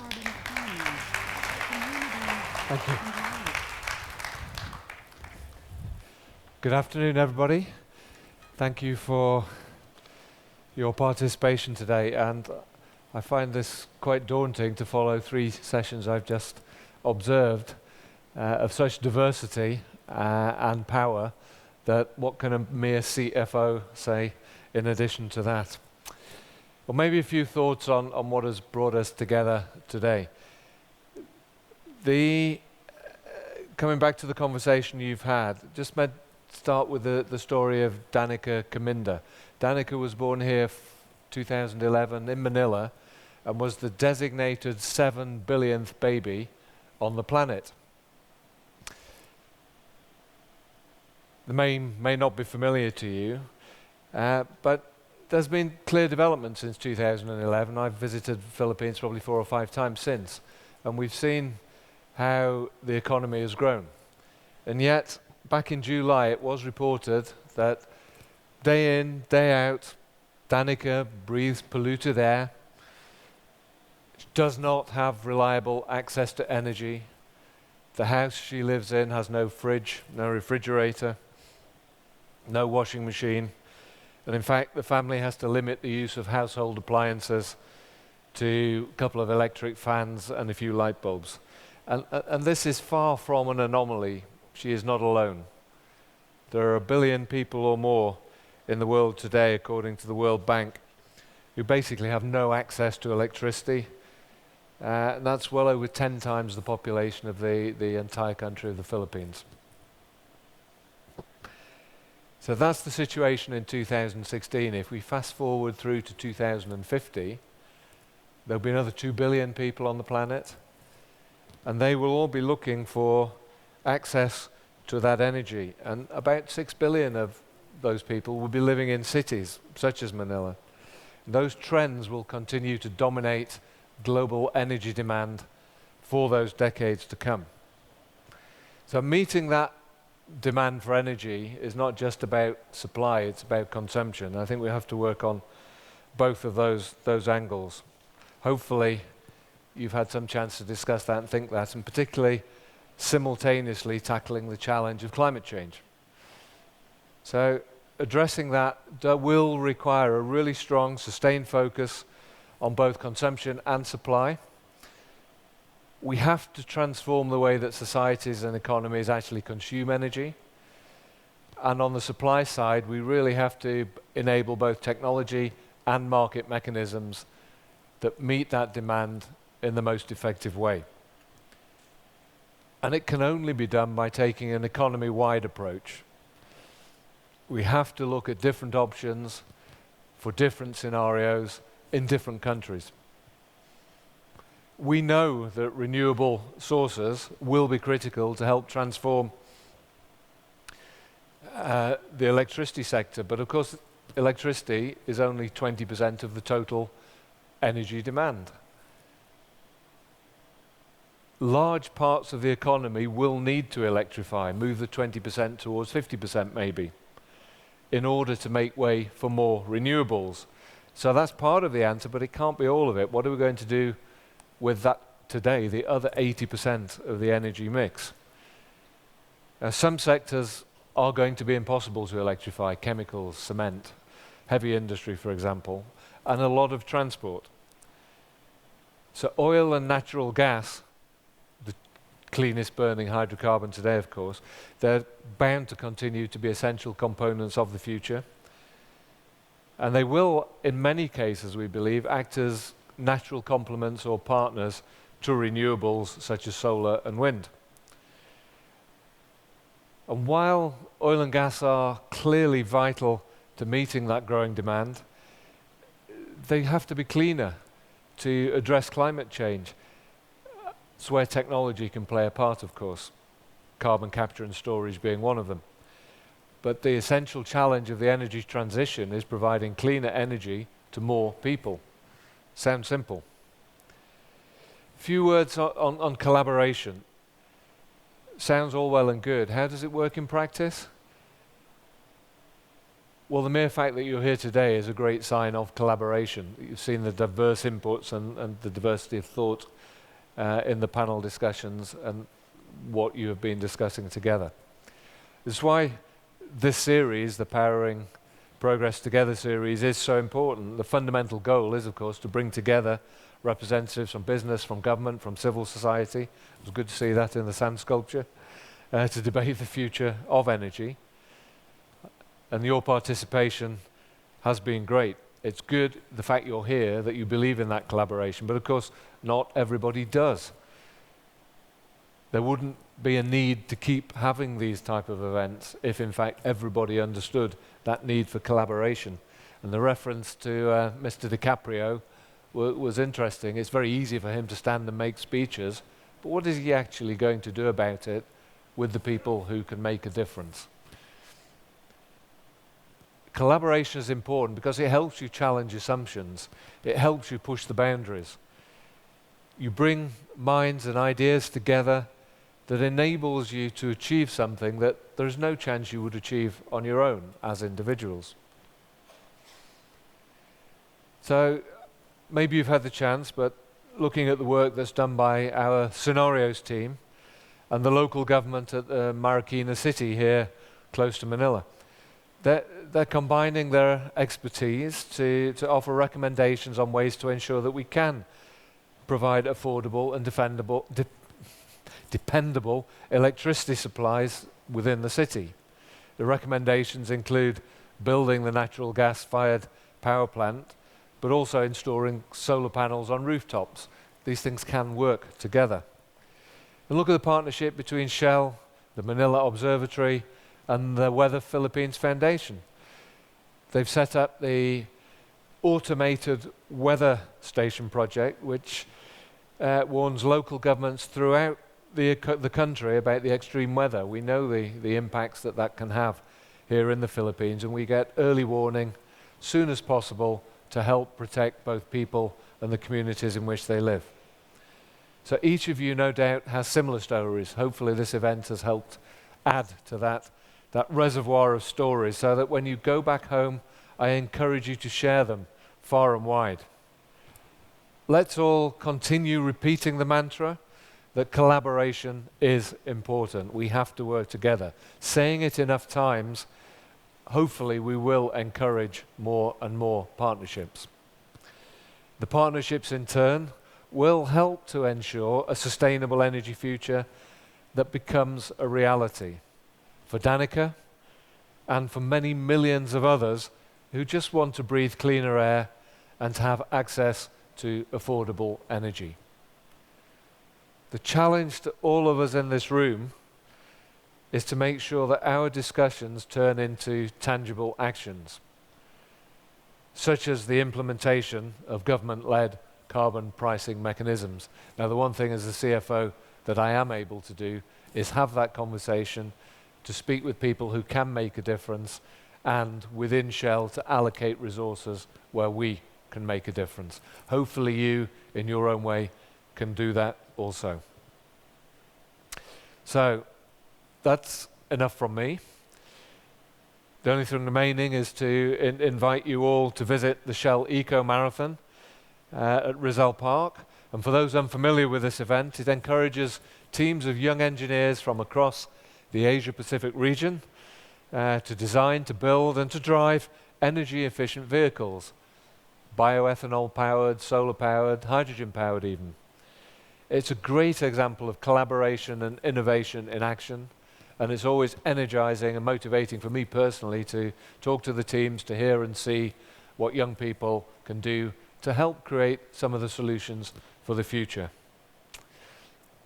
So, in conclusion, I'd like to say thank you again to all of you for your contribution here, to all of the panelists, the people who've taken part. I'd like to thank the team here in the Philippines for the great efforts over the past 3 years. This is the third year we've been able to hold this event here in the Philippines, concurrent with the Eco Marathon. And in particular, I'd like to say a special thanks to our country chair here in Manila, Mr. Ed Chua. Ed, if you'd like to take a Asvan, who has led Ed has led this process for several years since the first idea was to bring this here into Manila. In fact, we started at the top with a discussion with the president some time ago, and we've had great support from the authorities here. So Ed, the team, and all of you here present today, thank you for a great event. And I'd like to close. Thank you.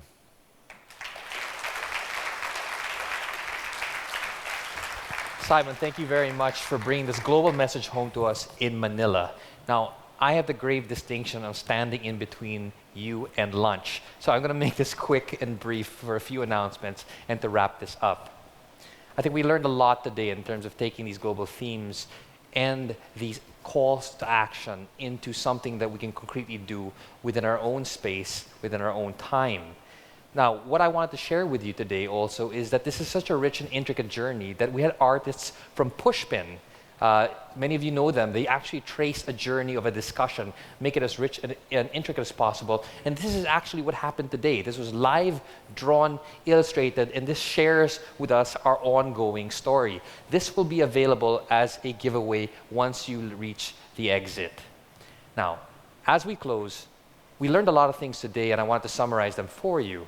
We are talking about collaboration, terms like powering progress together.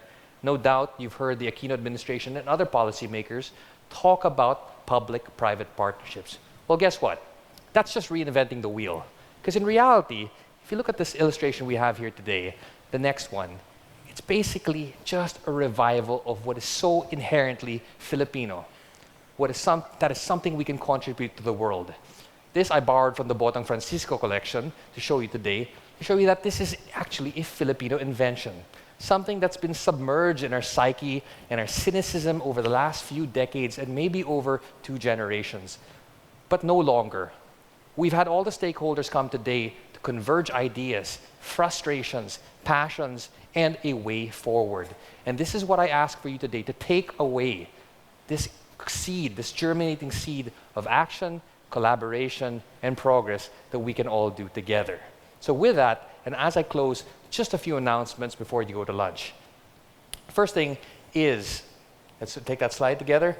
We had this baseline survey here. So I wanted to ask you to take your phones out again and help us with the next question. This is like a time capsule of where we are. We're taking cars today. We're taking carbon-emitting cars today. Not the most efficient, not the most environmentally friendly. So the next question I'm going to ask you is, put your crystal balls together and think about what future mode of transport do you foresee in 2040. Some of us obviously will be in wheelchairs by that time, but it doesn't matter. I want you to think about your children and what they're going to be using. And think about it. You have driverless cars, hydrogen buses, electric cars, a hover car. Those people who grew up with the Jetsons and all these other scientific cartoons, think about those things. What can you contribute as a shared snapshot for what the future will look like? Because that's the best way we can mobilize action to get there. So I ask you, encourage you to do this over lunch now, and we're going to publish the results through Rappler and the websites. Okay, next, please. Also, just a gentle reminder, as you move out, some of you have not put your visions together. This is very important. The whole world is watching. The personal dedication actions are going to be collated, synthesized, and brought forward by our team, and eventually brought out as a call to action as well. So feel free. Look at Sui Suarez there. Very proud of his contributions. He's encouraging you to get out there and do yourselves a favor and do us all a favor before you go to lunch. And then finally, next slide, please. You have a takeaway. Firetree Press has brought together these themes with one of the greatest artists in the Philippines today, Joe Mike Tejido, and the beautiful verse and words of May Tobias Papa. And they've put together a book called The Boy Who Could Talk with Bees. So that is actually in your kits right now. Bring it home. Share it with someone you love. This is a journey and a story about sustainability. The Filipino is a resilient race, but more importantly, we are a storytelling race.